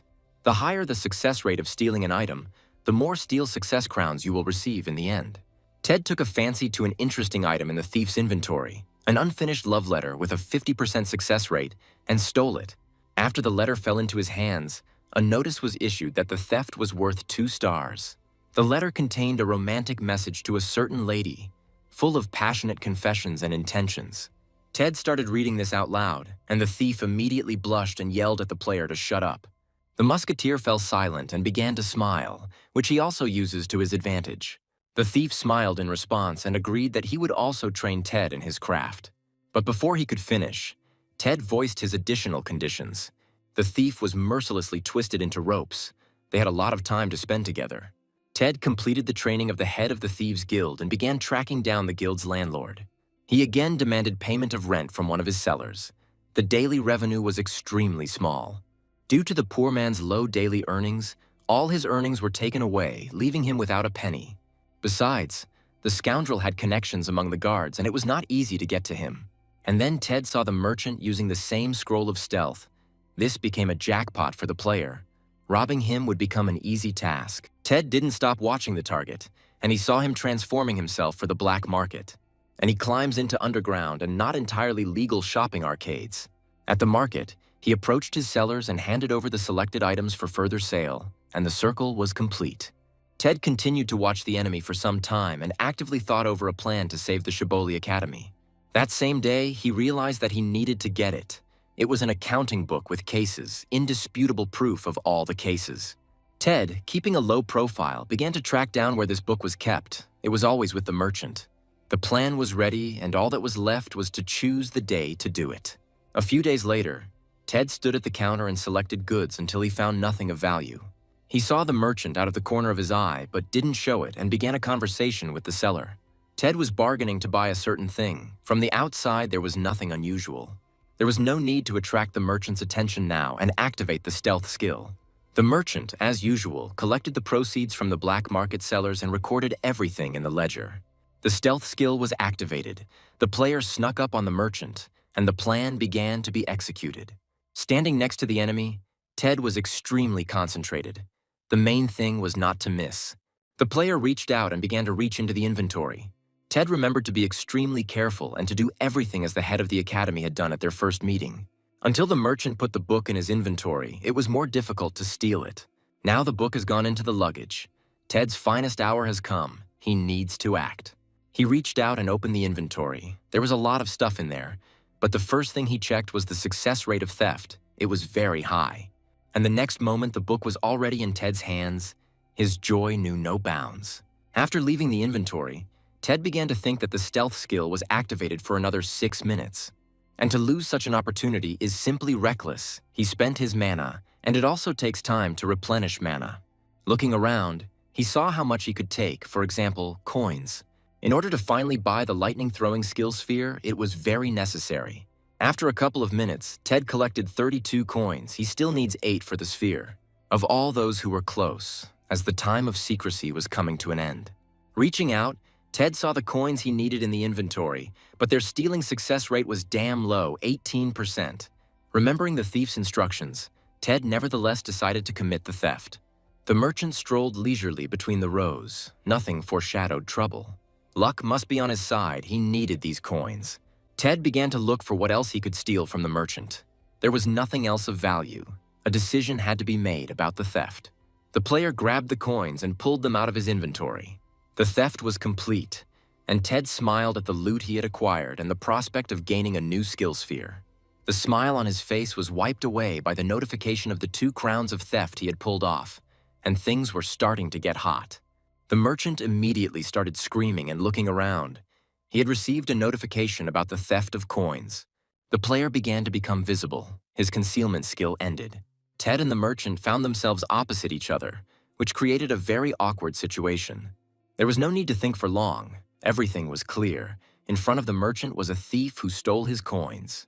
Well, the player needed to run quickly, as far as possible, preferably without leaving a trail or traces. Having taken out his whip, the merchant immediately began an attack on Ted. It was necessary to teach the arrogant fellow a lesson.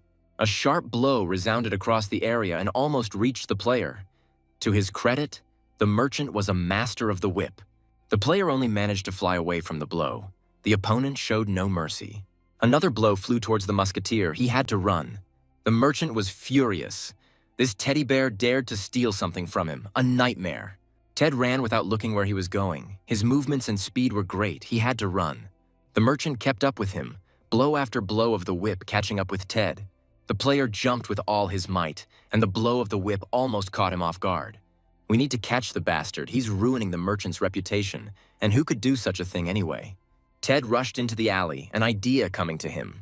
The next second, the merchant appeared in the alley and it seemed Ted had been ambushed. A web flew after him, and the merchant was about to catch Ted. The fetters grabbed the player by the leg. This was the end.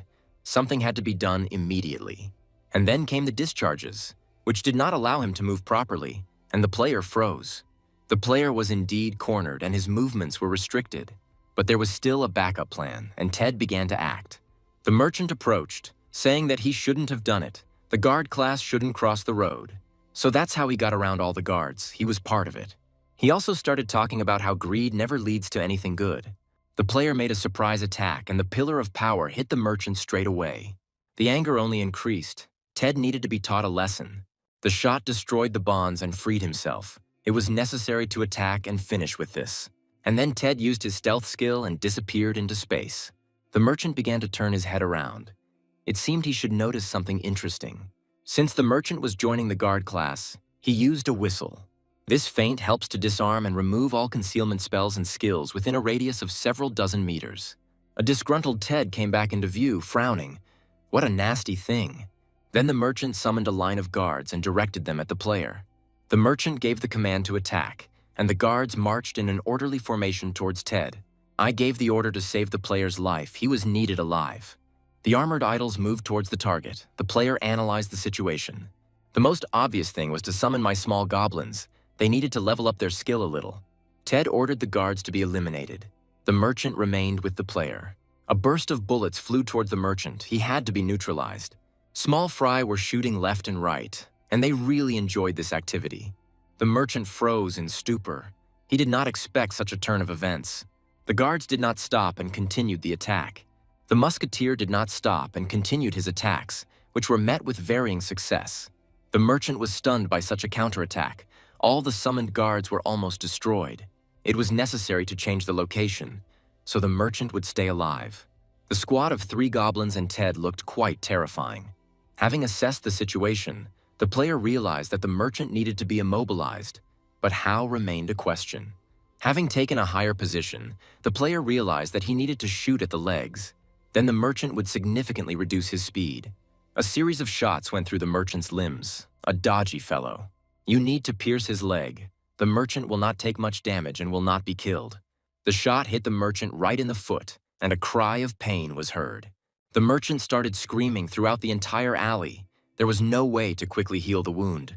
By touching the musketeer, the merchant used the investigation skill, which allowed him to view and remove everything in his inventory. An image of the merchant's own account book appeared above his head. This almost perfect plan failed miserably, and the merchant took away evidence of his not entirely legal activities. Ted grabbed the book rather awkwardly, only to have it all go down the drain. The merchant opened his book and turned over all the pages. It was untouched. But Ted picked up a copy of the book and started grinning from ear to ear. At the very beginning of the scam, Ted bought an item copy scroll, and this was a backup plan. The merchant's face showed that he was facing a fiasco. The baton of setting the conditions passed to Ted. The merchant would not get the book if he did not stop his outrages. Helplessness overwhelmed the merchant. He had made a big miscalculation. The merchant screamed loudly throughout the entire alley. All that was left was to accept the terms. Ted voiced all the demands to stop pressuring the Shibboleth Academy with interest. Otherwise, his book will be made public for everyone to see, and then his peaceful life will end. That's what they decided on. They sealed the agreement with a very friendly embrace. And then the player almost forgot the last condition. He needed to obtain a lightning-throwing skill sphere. Ted demanded it, and now they were definitely even. At the Musketeer Academy, the leader did not stop talking. He was incredibly happy about the good outcome. He couldn't believe that all the debts had been magically written off, and all he had to do was pay the rent.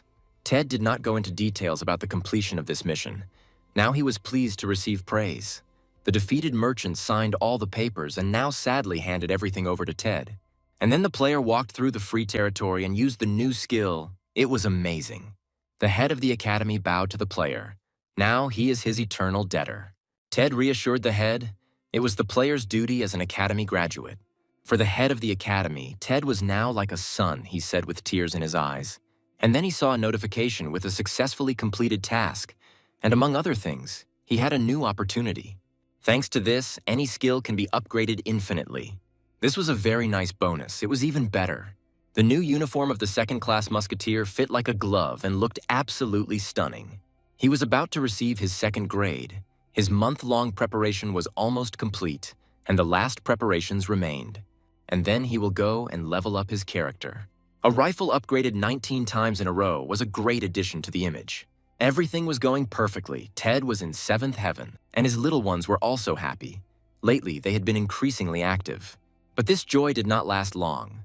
Everything could not go smoothly. The Spets PA Guild moved the siege start date 5 days earlier, which was a bolt from the blue. Ted couldn't believe that everything was going better than ever, and he completed the assignment from the academy and received the thief class and the second level of musketeer. But all this was crossed out by the fact that he would have to take part in the siege whether he wanted it or not. Out of helplessness, he began to throw hysterics and roll around the square. The goblins looked at their master with bewilderment. It seemed they were afraid for him. And then they started skating in the same way, but this time laughing sincerely. Ted was surprised by this and froze, but he burst out with renewed vigor. It was as if his little ones were teasing him. It became even more offensive. His suffering was interrupted by the head of the academy heading towards them. There was a new assignment for Ted. The musketeer offered to go with him and beat the Lord of Decay. The task from Count Sauron himself came after a report on the nature of the strange cloud flying over the plains.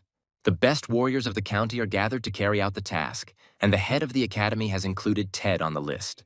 During the expedition with the head of the academy, the progress of training was maintained.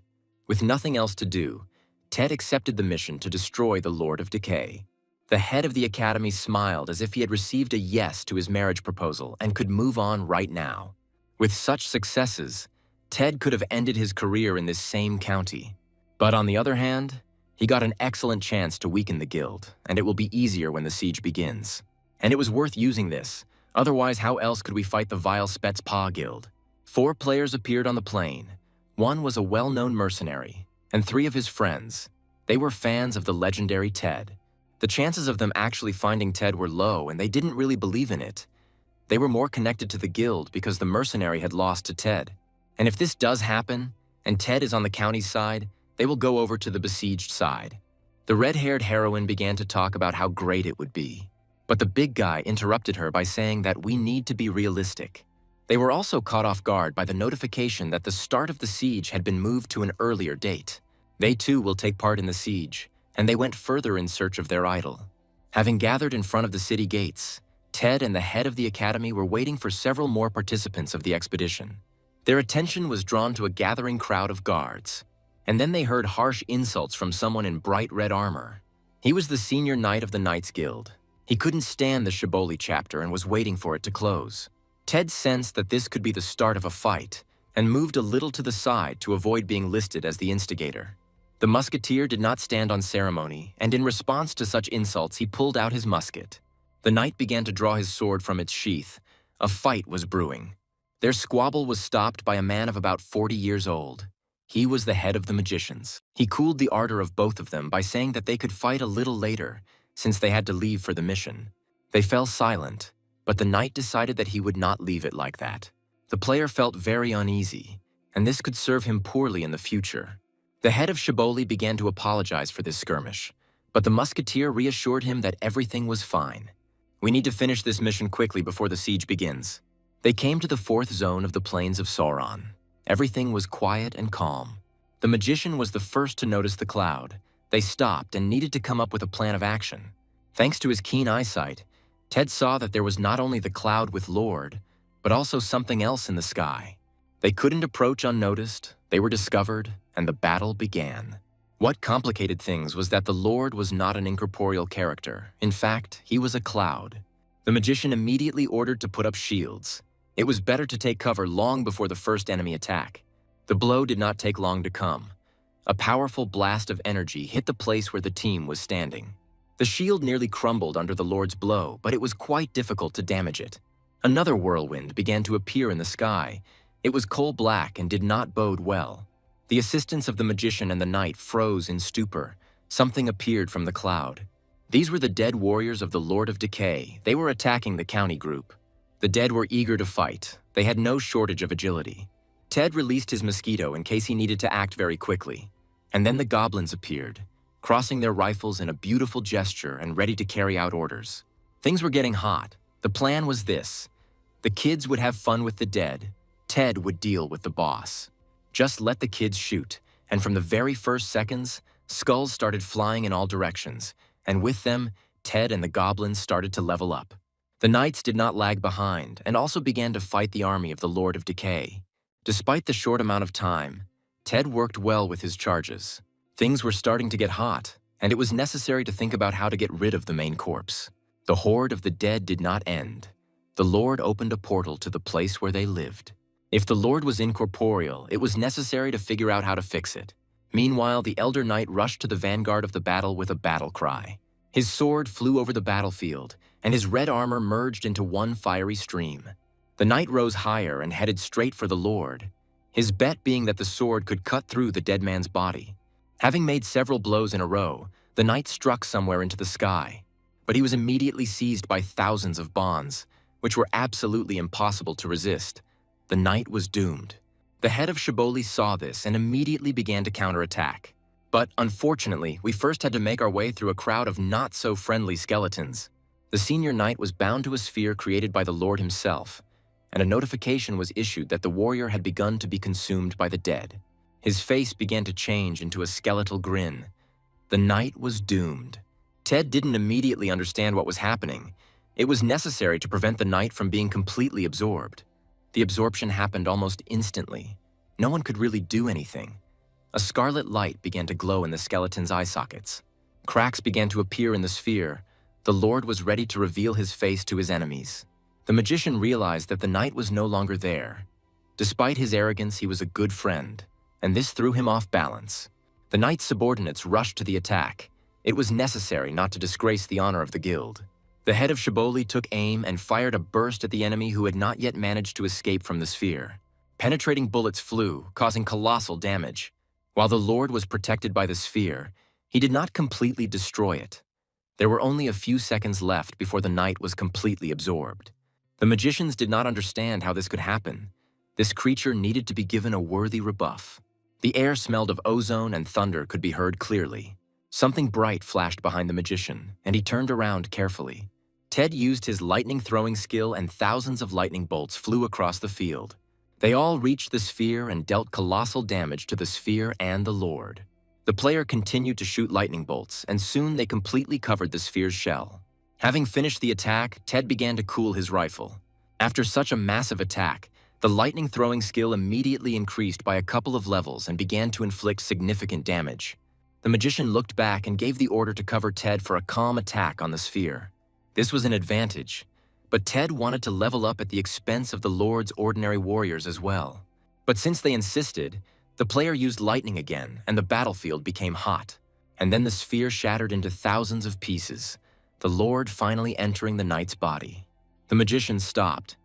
At first glance, everything seemed normal, but the sadness in his eyes was immediately visible. Meanwhile, the Lord began his attack. Having obtained the body, he became a strong opponent. The Lord took a breath. He had been without a body for so long. The player realized that the dead man would rise in any case, with or without the sphere.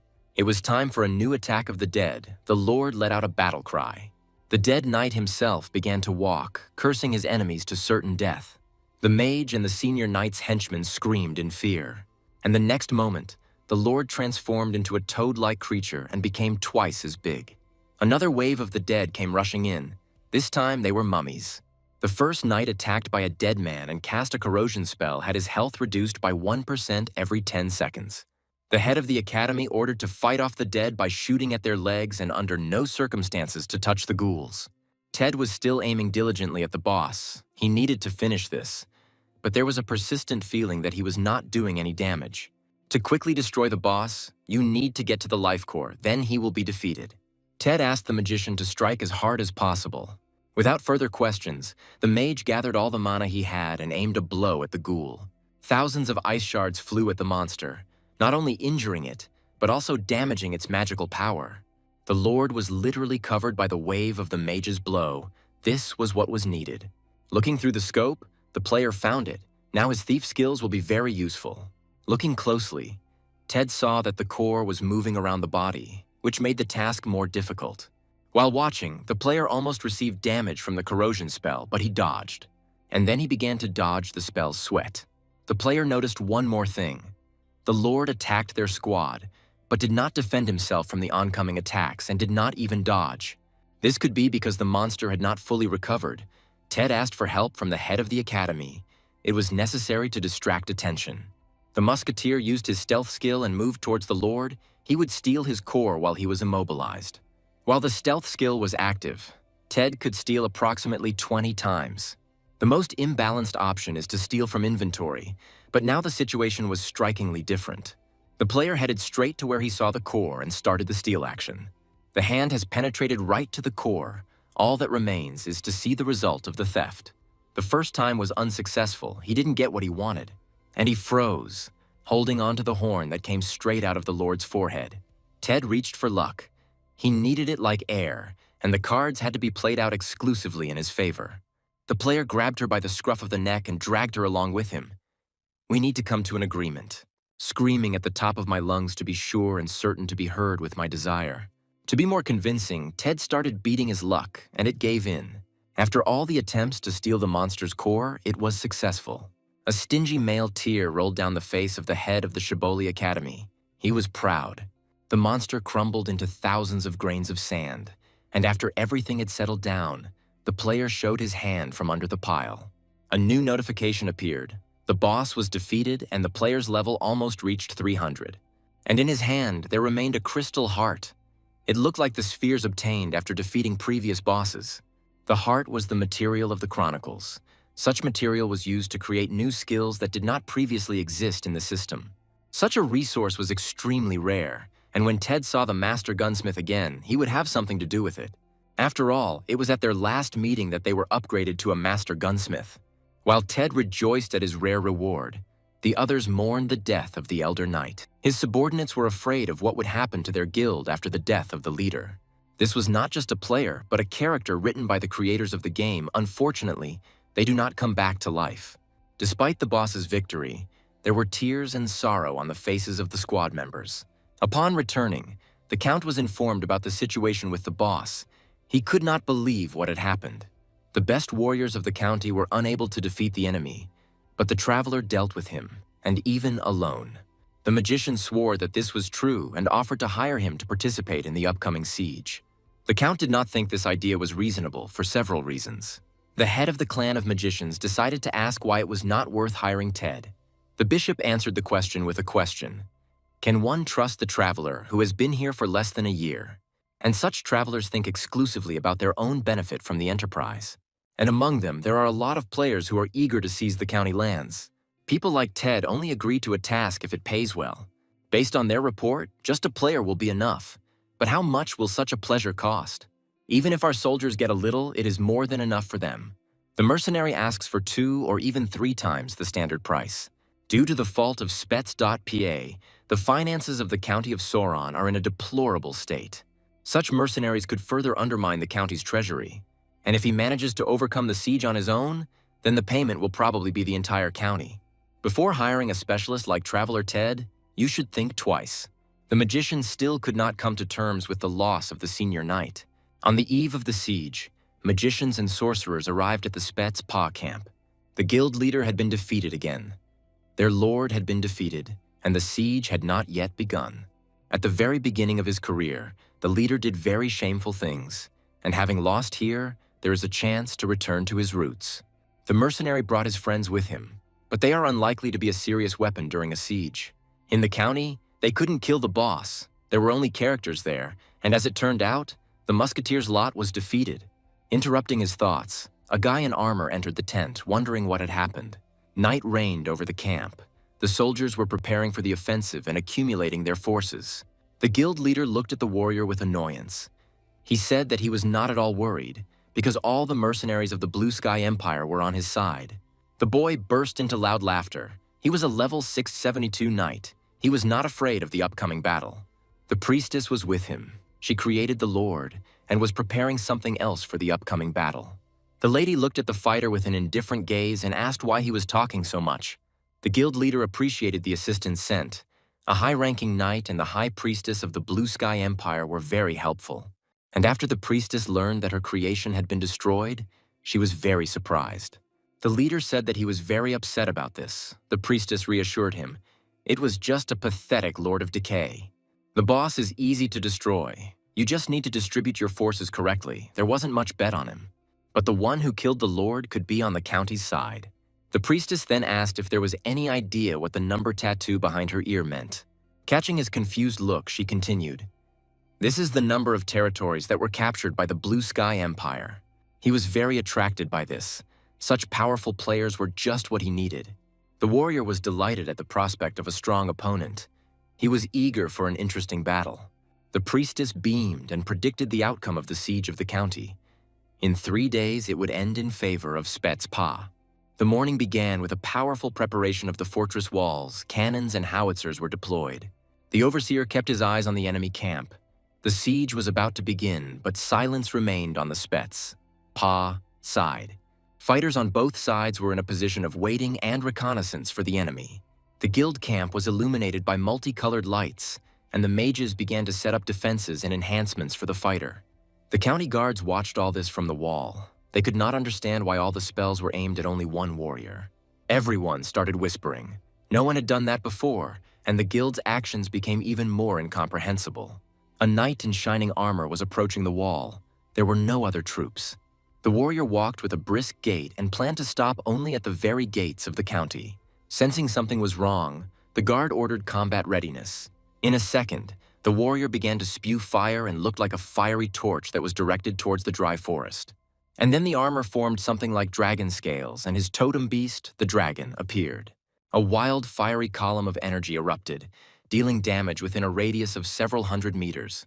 It was just one blow, and the warrior didn't even break a sweat. Everyone on the wall was extremely surprised. They had never encountered such a powerful player before. Another attack on the walls followed. Now with a hammer, the knight rushed towards the fortress gates. Another dragon materialized and headed back towards the fortress walls. Such a barrage of powerful attacks almost breached the magical defenses of the walls. The supreme mage saw what had just happened. Things were bad. Just a little more, and the outer defense would fall. The command was given to the county's mages to continue their attack and defend the line. Developing astonishing speed, the warrior continued to strike at the fortress walls. The armor prevented injuries during attacks. The knight had to destroy this wall. The magician continued to cast protective spells and ordered them to go and report on the dire situation. From the wall there were blows not only from magical spells, but also from cannons. The count, upon hearing the report, learned that the outer gates had been almost completely destroyed in the first hour of the siege. His face darkened. He had to resort to something he didn't want to do. There is a powerful mage on the enemy side, and all attacks from our side simply fly off. The Count assessed the current situation and very much hoped that Musketeer Ted had not taken the enemy's side. Having made his decision, he sent for the adventurer Ted to Shibboleth Academy. After leaving the game capsule, Ted was quite alarmed by all the events that had happened during the last game time. The news reported that the Alibaba and CGTV guilds had taken over the kingdom between their territories and united into a new kingdom, China. Ted calmed his anger. Now this policy of conquest was very much to his advantage. They certainly won't have time for Ted, and even if he takes part in the siege, he's unlikely to be noticed. The siege was a pain, but what can you do? It was another solid guild play. The player decided to do everything to ensure that the siege ends as quickly as possible. Returning online, he was immediately stopped by the head of Shibboleth with an offer to speak out for the county under siege, and he handed over an envelope with an invitation from the Count himself. The chief was monstrously exhausted and told about the situation on the fortress walls. The knight has almost completely destroyed the outer wall, and it will not be difficult for the rest of the army to penetrate. Ted gave his consent and asked to be escorted to the battle site. On the wall, Ted wondered what he could do in the face of such a daring attack. And having entered the Count's domain, all he could do was listen to instructions. At that very second, a notification about a new mission appeared. Ted clicked accept. The hall filled with applause, and everyone felt a small but hopeful feeling. Ted said he planned to shoot all the Special Forces fighters, but he needed help. He asked the mages to imbue the player with spells and increase the level of mana. Approaching the wall, he began to assess the scale of the tragedy. The magicians lined up in rows and waited for instructions. Ted said he needed a continuous flow of mana pumping. He would do the rest himself. Those gathered agreed to this plan of action and got down to business. Ted saw the deplorable state of the fortress's outer walls. Something had to be done urgently. The ground in front of the fortress was full of craters and potholes, the result of previous attacks. The player looked at the central gate. There was almost no living space left there. This warrior was too powerful, and it would take time to eliminate him. Ted crouched down and took aim, just as they were approaching the central gate. The player commanded the magicians to begin casting spells. The magicians, as one, began to draw spells and incantation patterns, uniting into a single stream.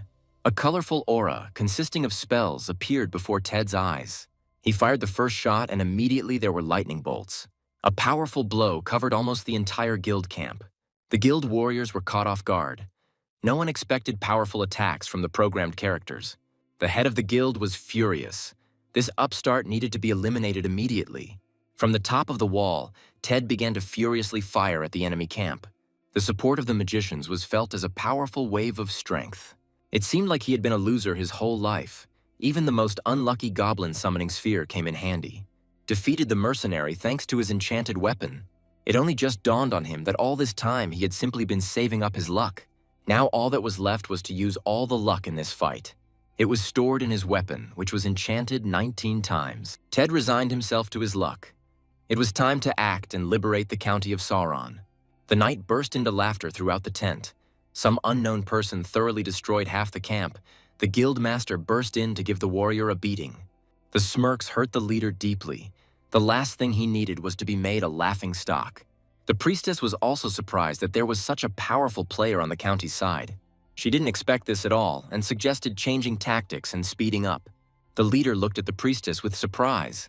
There was some kind of plan. On the first day, the knight had to break down the wall.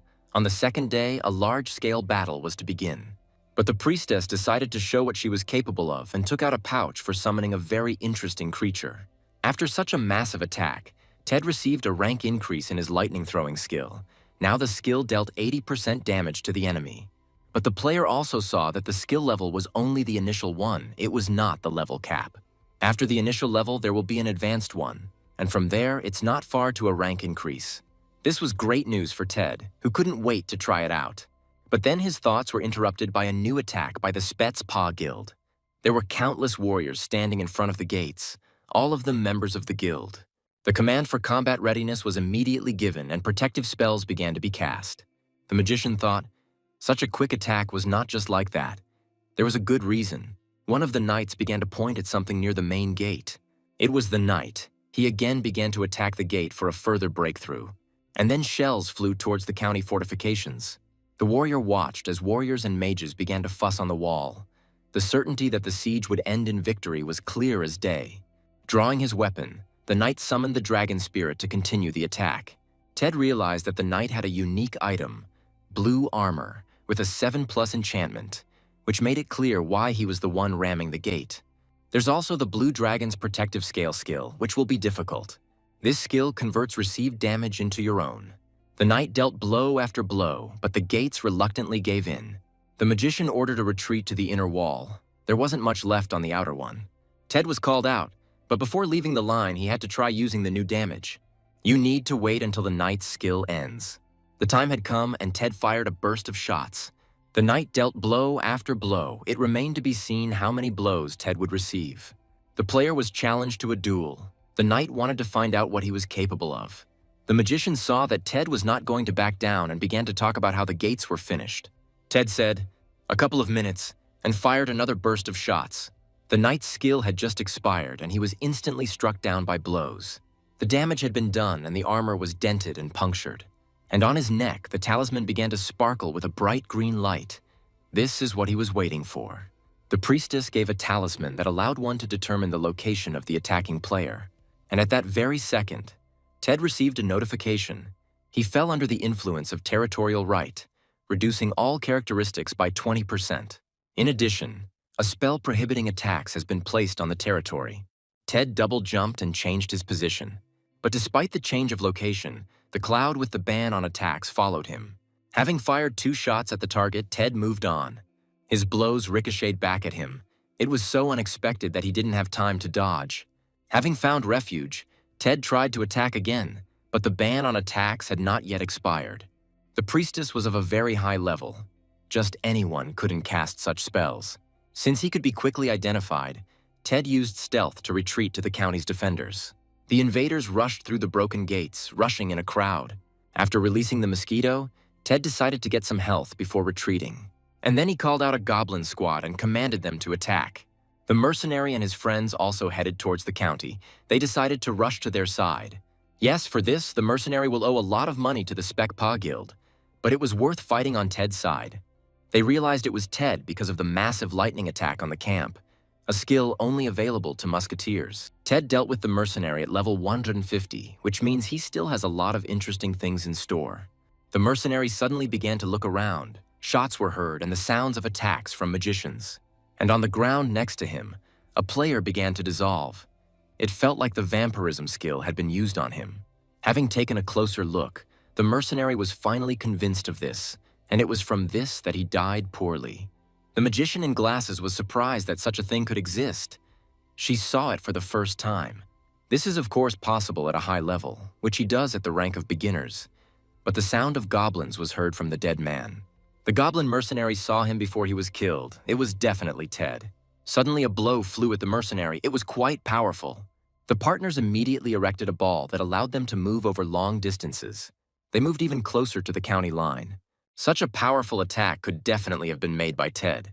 The detachment headed straight to the commanders. They came to surrender. They were met with their sights trained on them. No one expected that anyone would change sides during the siege. The travelers raised their hands and announced that they came in peace. They knew they were in for some hefty fines, but fighting on the same side as the legendary Ted was far more important. The guild leader immediately received 4 notifications about players switching to the enemy side, which was not at all part of his plans. He wanted to contact the mercenary, but then a notification about the player's death appeared, which added even more fuel to the fire. The mercenary died again. He was no longer of any use. Meanwhile, the priestess was looking for the monster. That's what she called Ted. His level was low, but in terms of damage, he exceeded them several times. The knight addressed the priestess through the talisman, wondering why she was so worried. The priestess reassured him that the knight was strong and would not lose to the monster. The confrontation took an interesting turn. It was a strong man against a monster. Because of his second level, Ted was a cut above any ordinary guild member. The caster may have cast a detection spell on the area, so you need to act carefully. Ted cast stealth again and took aim at his next victim. As soon as he took aim, he saw a sickle-shaped attack heading his way. The player flew out of cover and looked at the attacker. It was a knight. The attacker began to shout at the top of his lungs, calling for a fair fight. It was impossible to see Ted due to the stealth applied, but something on the sword's hilt caught his attention. It was a detection skill sphere, but why would an attacking ram need it? In an instant, the knight saw Ted and caught him by surprise. A triple attack was released that stunned and bound the enemy. Ted didn't expect this. Even one attack could kill a player, and here there were 3 of them. He had to dodge with lightning speed, which is what Ted did. The stealth skill has ended and the player has become completely visible. This is what the knight was waiting for. With an insanely happy expression on his face, he attacked again.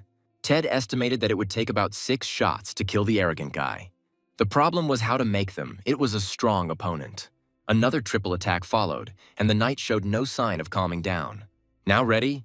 Ted easily dodged her without taking a single drop of damage. The player noticed that he stood motionless during such an attack, which gave him a little hope, and then he uses his main skill to close the distance. This could be used to his advantage. Ted prepared to act. The knight took the player's pause as an acceptance of the challenge, and he was eager to give Ted a beating. Another triple attack. Ted was all guns blazing and ready to counterattack. The player used 1,000 steps and a double jump. In flight, he quickly dodged and took aim.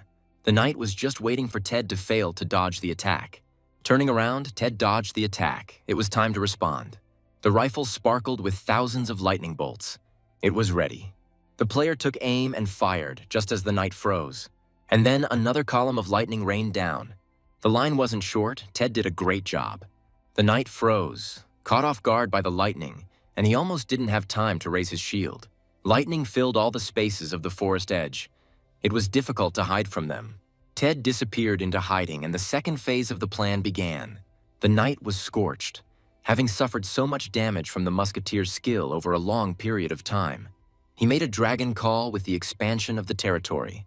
This made it possible to erect a protective dome that no one can leave.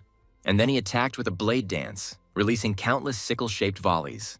This attack smashed everything around into pieces. It was the most powerful attack. Taking cover from the splinters, Ted thought that the knight was planning to clear out so that there would be no hiding places. With his next attack, he ran into someone. It was the goblin Dwagi, who screamed in fear. Distracted, the knight missed the counterattack. A powerful column of energy was flying towards him.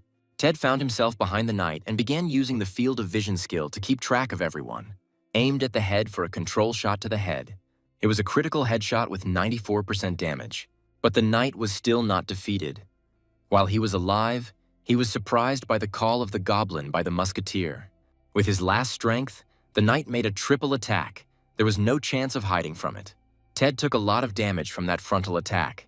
It's time to activate the steadfastness skill. Health needs to be restored. We'll have to fight head-on, avoiding cover. The knight switched to hand-to-hand combat. Beating up the player was a matter of honor. Without letting up, the knight began to say that steadfastness would not help. It's very strange that health didn't increase for each hit the knight took. The knight was happier than ever, just a little more and Ted would die. With each blow, the knight was getting closer to the player's death. But Ted was expecting this. In close combat, it was much easier to make a headshot. The knight was even more delighted. This attack activated the fortitude skill and his health was restored by 30%. The player did not foresee this outcome, but he had planned to use the mosquito in advance. This was just what Ted was waiting for. The knight had to surrender. Feeling his health rapidly draining, the knight was surprised that the musketeer had the skill of vampirism. They both collapsed to the ground, Ted dominating the fight. Over the phone, the knight told the priestess that he had lost, but he was able to help. With a battle cry, the knight summoned a battle dragon and hugged Ted. After flying for a while, the joyful knight freed the player. Ted had only one thought in his mind. When would he die? And in a second, the knight crumbled. He was killed. And Ted flew straight into the tree crown, not understanding what to do. The priestess stood next to the player's fall and mentally thanked the knight for his final feint. Having scanned the area, the priestess realized that no one from the faction was there, and she began to cast spells to expand the territory. A protective cube has appeared around the area, making it impossible for Tedu to leave. And the priestess opened the bag and black streams of something incomprehensible flew out of it. They began to gather into the outline of some kind of cloud, at the top of which was the outline of someone with horns. It was a minor demon Luxiat, level unknown. The priestess was immensely glad to have the chance to participate in such a duel. Ted peered through the branches and saw this cloud with arms sticking out. The player saw that the cloud was the same as the one that had taken possession of the head of the Knights Guild. Ted used 1,000 steps and wanted to go further, but suddenly he crashed into the barrier that the priestess had carefully placed. Big hands had already reached out to him, greedily reaching out to the living thing. Ted should have kept those paws out of his reach, so he started shooting at them. But no matter how many you shoot, there are still no fewer of them. The player charged his rifle with lightning, but did not have enough mana to complete the maneuver. The paws reached out to him. All he could do was shed a stingy, manly tear. Ted was restrained, and the paws began to immobilize the player. He was drawn to the demon, something he definitely didn't want. The player was consumed by a demon and began to merge with the character. Notifications also came out that the puppet had been damaged and could not move. The priestess saw that something had gone wrong, and that there was resistance from the player. Luxiat was a 5-horned demon by nature, but why did he only have 1 horn? The priestess started receiving notifications about some kind of resistance. The liberator of the sun, Shamchan, began to resist the demon's curse. The guild members saw Ted merging with the demon, but they couldn't figure out what it was. The demon changed. His face became like a bear's muzzle, and instead of a hand, something resembling a cannon appeared. The creature didn't stop there. He fired several shots at the guild members. Everyone panicked and started running away. The shots echoed with powerful impacts and explosions. A notification has arrived that Shamchan's resistance has increased to 25%. The demon let out a threatening roar that could be heard throughout the area. Ted's body could not resist, and the demon moved towards the county. And he fired straight towards the county defenders. Shouts and cries were heard from the fortress. This was very unexpected. The strike landed near the county's inner wall. Everyone was in a commotion. Ted turned into a demon. The count himself went into the line of fire. Decisions had to be made here and now. But not them. Ted was for the county, and for them, it was a real betrayal. The new arrivals were stunned. They had never seen such a demon before. The demon again aimed a shot towards the defenders. The mercenary squad thought about it. This demon, according to the description, looked like Ted. Resistance increased to 30%. Now it was possible to move at least somehow. Ted needed to do something before the situation ended badly. Once the player had control, he decided to insert shelves into the wheels of the special PA. He took 1,000 steps and flew to the guild camp. The player opened the inventory, and to his delight, it worked. From there, he took out a berserk potion, which increased reaction speed and damage for 10 minutes. Since he was above the camp, he could have some fun. Ted drank the potion and his stats increased. This came as a complete surprise to the priestess. She did not expect that this could happen. She immediately began to set up a protective barrier. Otherwise, the damage would be serious. Before she had time to cast a spell of protection, a projectile flew at her. The priestess stood in a stupor. The weapon was against him. The shells flew and the camp was lit up with fire. Ted let out an even louder cry. He was getting into the swing of things. And at that very second, he began shooting at everything he saw. The guild tents lit up like lights on a Christmas tree. And the head of the guild only thought that everything was going to hell because of one ill-fated bear. The demon launched a new attack on the camp, sparing no one. But the effect of the berserk potion came to an end. It was very sudden. The demon stood near the ruins that he himself had created. A bunch of status windows flew past Ted. Shamchan increased his resistance to 100%. The demon failed to possess Ted, but he still retained that appearance for 12 days. And then came the notification that Ted had become the boss. Additionally, a new achievement was added: Siege Executioner and One Against All, the most coveted achievement in Siege. These statuses allowed you to maximize the power of your skills while in stealth mode. And now he had a new status and wanted to go to the allies. But because he killed an allied player, he received the status of a sworn enemy of the county. There was a heated discussion in the count's palace, and they decided to get rid of the demon. The count said that a decree should be issued regarding a reward for the demon's head. The head of the Shibboleth Academy stopped the count, asking to be heard before making a final decision. The head of the academy said that Ted was and remains on the side of the county. He was turned into a demon by the guild, and the courtiers ridiculed the head. The musketeer continued that they themselves had noticed that great strength was dormant within him. After the meeting, the head of the academy went to the wall where he looked at the battlefield. He wondered where Ted was now, whether he had managed to retain even a shred of his own will. He was sincerely grateful to Ted and silently saluted such a soldier.